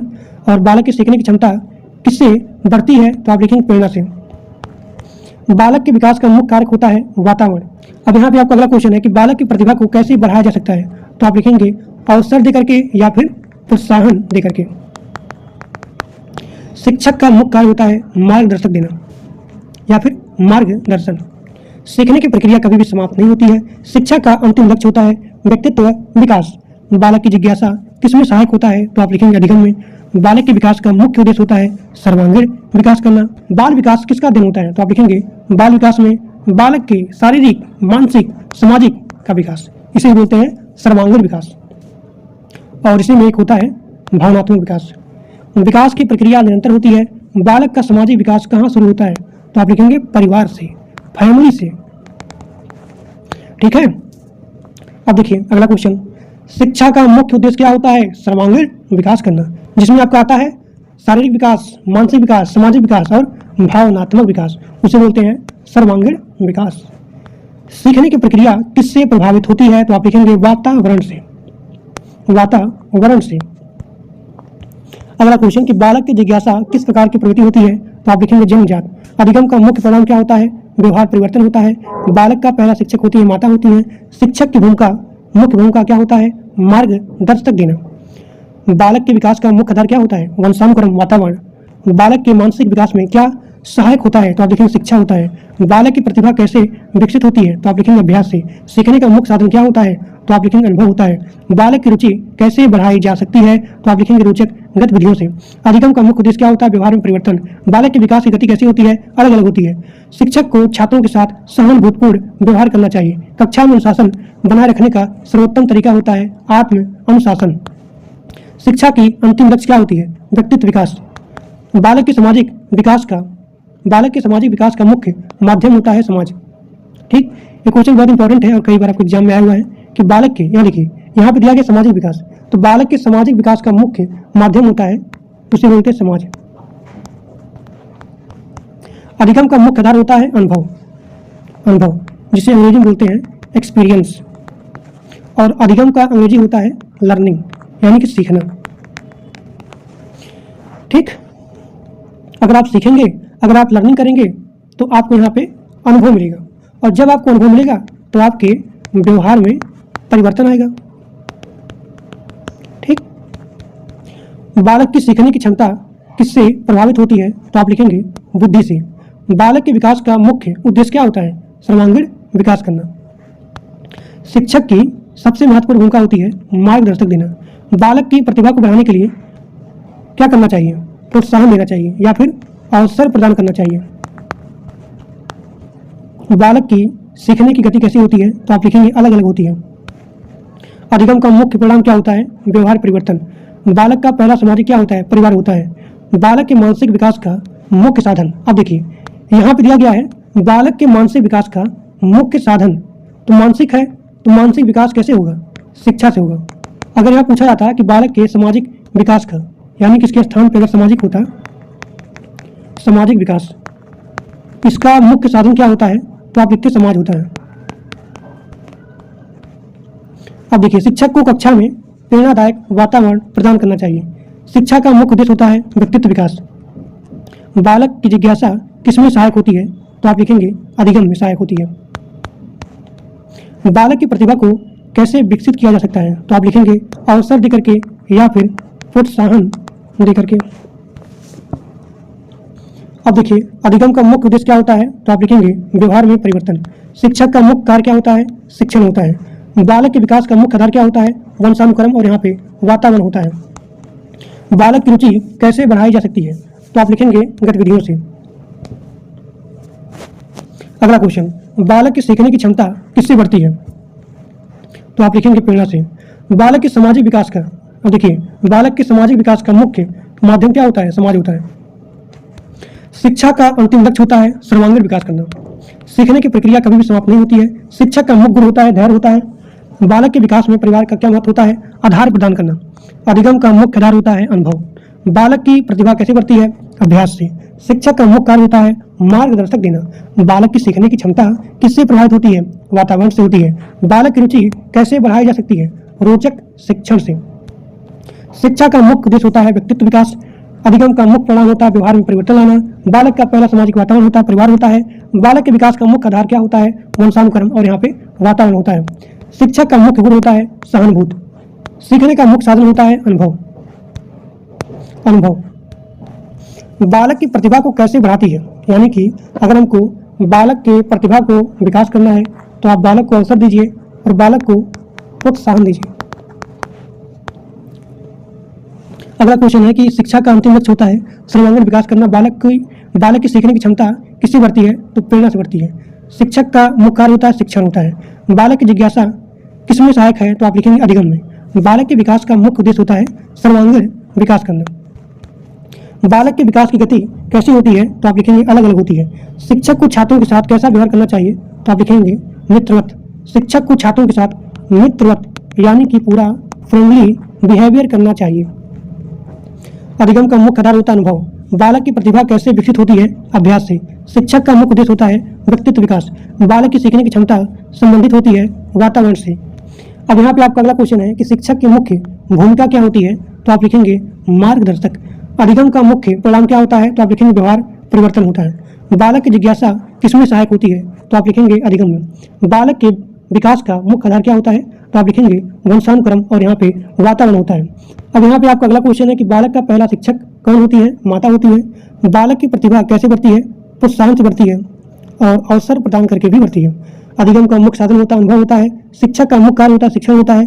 शिक्षा का अंतिम लक्ष्य होता है व्यक्तित्व विकास होता है। बालक के विकास की गति अलग अलग होती है। बालक की रुचि कैसे बढ़ाई जा सकती है, रोचक गतिविधियों से। अधिगम का मुख्य परिणाम होता है व्यवहार परिवर्तन। शिक्षक का मुख्य गुण होता है धैर्य। शिक्षक का मुख्य गुण धैर्य होता है। बालक की सीखने की क्षमता किससे बढ़ती है, तो आप लिखेंगे प्रेरणा से बढ़ती है। शिक्षा का मुख्य उद्देश्य होता है सर्वांगीण विकास करना। बालक के सामाजिक विकास का मुख्य माध्यम होता है समाज। शिक्षक की भूमिका क्या होती है, मार्गदर्शक होती है। अधिगम का मुख्य आधार होता है अनुभव। बालक की प्रतिभा बढ़ाई जा सकती है अवसर देकर के। बालक के विकास का मुख्य आधार होता है वंशानुक्रम और वातावरण। शिक्षक का मुख्य गुण होता है सहानुभूत। शिक्षक की सीखने की प्रक्रिया कभी भी समाप्त नहीं होती है। बालक की जिज्ञासा किसमें सहायक होती है, अधिगम में। शिक्षा का अंतिम लक्ष्य होता है व्यक्तित्व का विकास। बालक के विकास का मुख्य उद्देश्य होता है सर्वांगीण विकास। क्लास कैसा लगा सभी लोग कमेंट बॉक्स में जरूर बताइएगा। बालक की सीखने की क्षमता किससे बढ़ती है, तो जब भी पूछा जाए कि बालक के सीखने की क्षमता, तो आप लिखेंगे प्रेरणा से बढ़ती है। और प्रेरणा दो टाइप की होती है, एक होती है आंतरिक और एक होता है बाह्य। अधिगम का मुख्य आधार होता है अनुभव। अधिगम का जो मुख्य आधार होता है वो होता है अनुभव। शिक्षक की मुख्य भूमिका होती है मार्गदर्शन। बालक का पहला सामाजिक समूह परिवार होता है। बालक की प्रतिभा कैसे विकसित की जा सकती है, तो आप लिखेंगे अभ्यास से। शिक्षा का मुख्य उद्देश्य होता है व्यक्तित्व विकास। अधिगम का मुख्य परिणाम होता है व्यवहार परिवर्तन। 999 क्वेश्चन है, बालक की जिज्ञासा किसमें सहायक होती है, तो आप लिखेंगे अधिगम में। शिक्षा का अंतिम लक्ष्य होता है, तो आप लिखेंगे सर्वांगीण विकास में। तो आज आपका पूरा कंप्लीट सीरीपी 1000 क्वेश्चन पूरा का पूरा यहाँ पे कंप्लीट हो गया। तो जिन लोग को यूपी टेट सीडीपी का संपूर्ण नोट चाहिए, तो मात्र आपको 99 रुपया में पूरा सीडीपी पूरा हिंदी यानी कि यूपी टेट का संपूर्ण सब्जेक्ट आपको मात्र 99 रुपया में मिल जाएगा। और यहाँ पे सबसे खासियत बात क्या है कि आपको सभी सब्जेक्ट का 1000 क्वेश्चन मिलेगा। बस इतना ही पढ़ना है, इससे ज़्यादा पढ़ने की आपको आवश्यकता नहीं है। इतना पढ़ लिए and that's are enough for your exam. और जिन लोग को नोट्स चाहिए मात्र 99 रुपया में संपूर्ण नोट्स, इस नंबर पे आपको गूगल पेमेंट करना है। पेमेंट करने के बाद इसी के व्हाट्सएप पर इस पेमेंट का स्क्रीनशॉट भेजना है और आपको लिखना है कि हमको यूपी टेट का नोट्स चाहिए। तो आपको वहाँ पे मात्र 99 रुपया में संपूर्ण नोट्स मिल जाएगा। और ये क्लास जो है, जितने सारे टीचर हैं या फिर जो बच्चे हैं जो इधर उधर भटकना नहीं चाहते हैं, 12-12 घंटे का 10 घंटे का पूरा 24 घंटे का मैराथन देखना नहीं चाहते हैं, परेशान नहीं होना चाहते हैं, तो उनके लिए ये क्लास बहुत ही ज़्यादा इंपॉर्टेंट है। मैंने बहुत ही मेहनत किया है तब इस पीपीटी को मैंने तैयार किया है। इसी प्रकार से सभी सब्जेक्ट हैं, सभी सब्जेक्ट के 1000 क्वेश्चन हैं और मात्र आपको 99 रुपया में संपूर्ण नोट्स मिल जाएगा।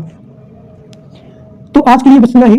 और जो लोग मेरे व्हाट्सएप ग्रुप में और टेलीग्राम ग्रुप में नहीं ज्वाइन हो, उसका लिंक इसी वीडियो के डिस्क्रिप्शन बॉक्स में दिया गया है। आप सभी जाकर के ग्रुप को ज्वाइन कर लीजिए और जो लोग चैनल पर नए हो वो लोग प्लीज़ सब्सक्राइब कर लीजिए। तो आज के लिए बस इतना ही। Thank you.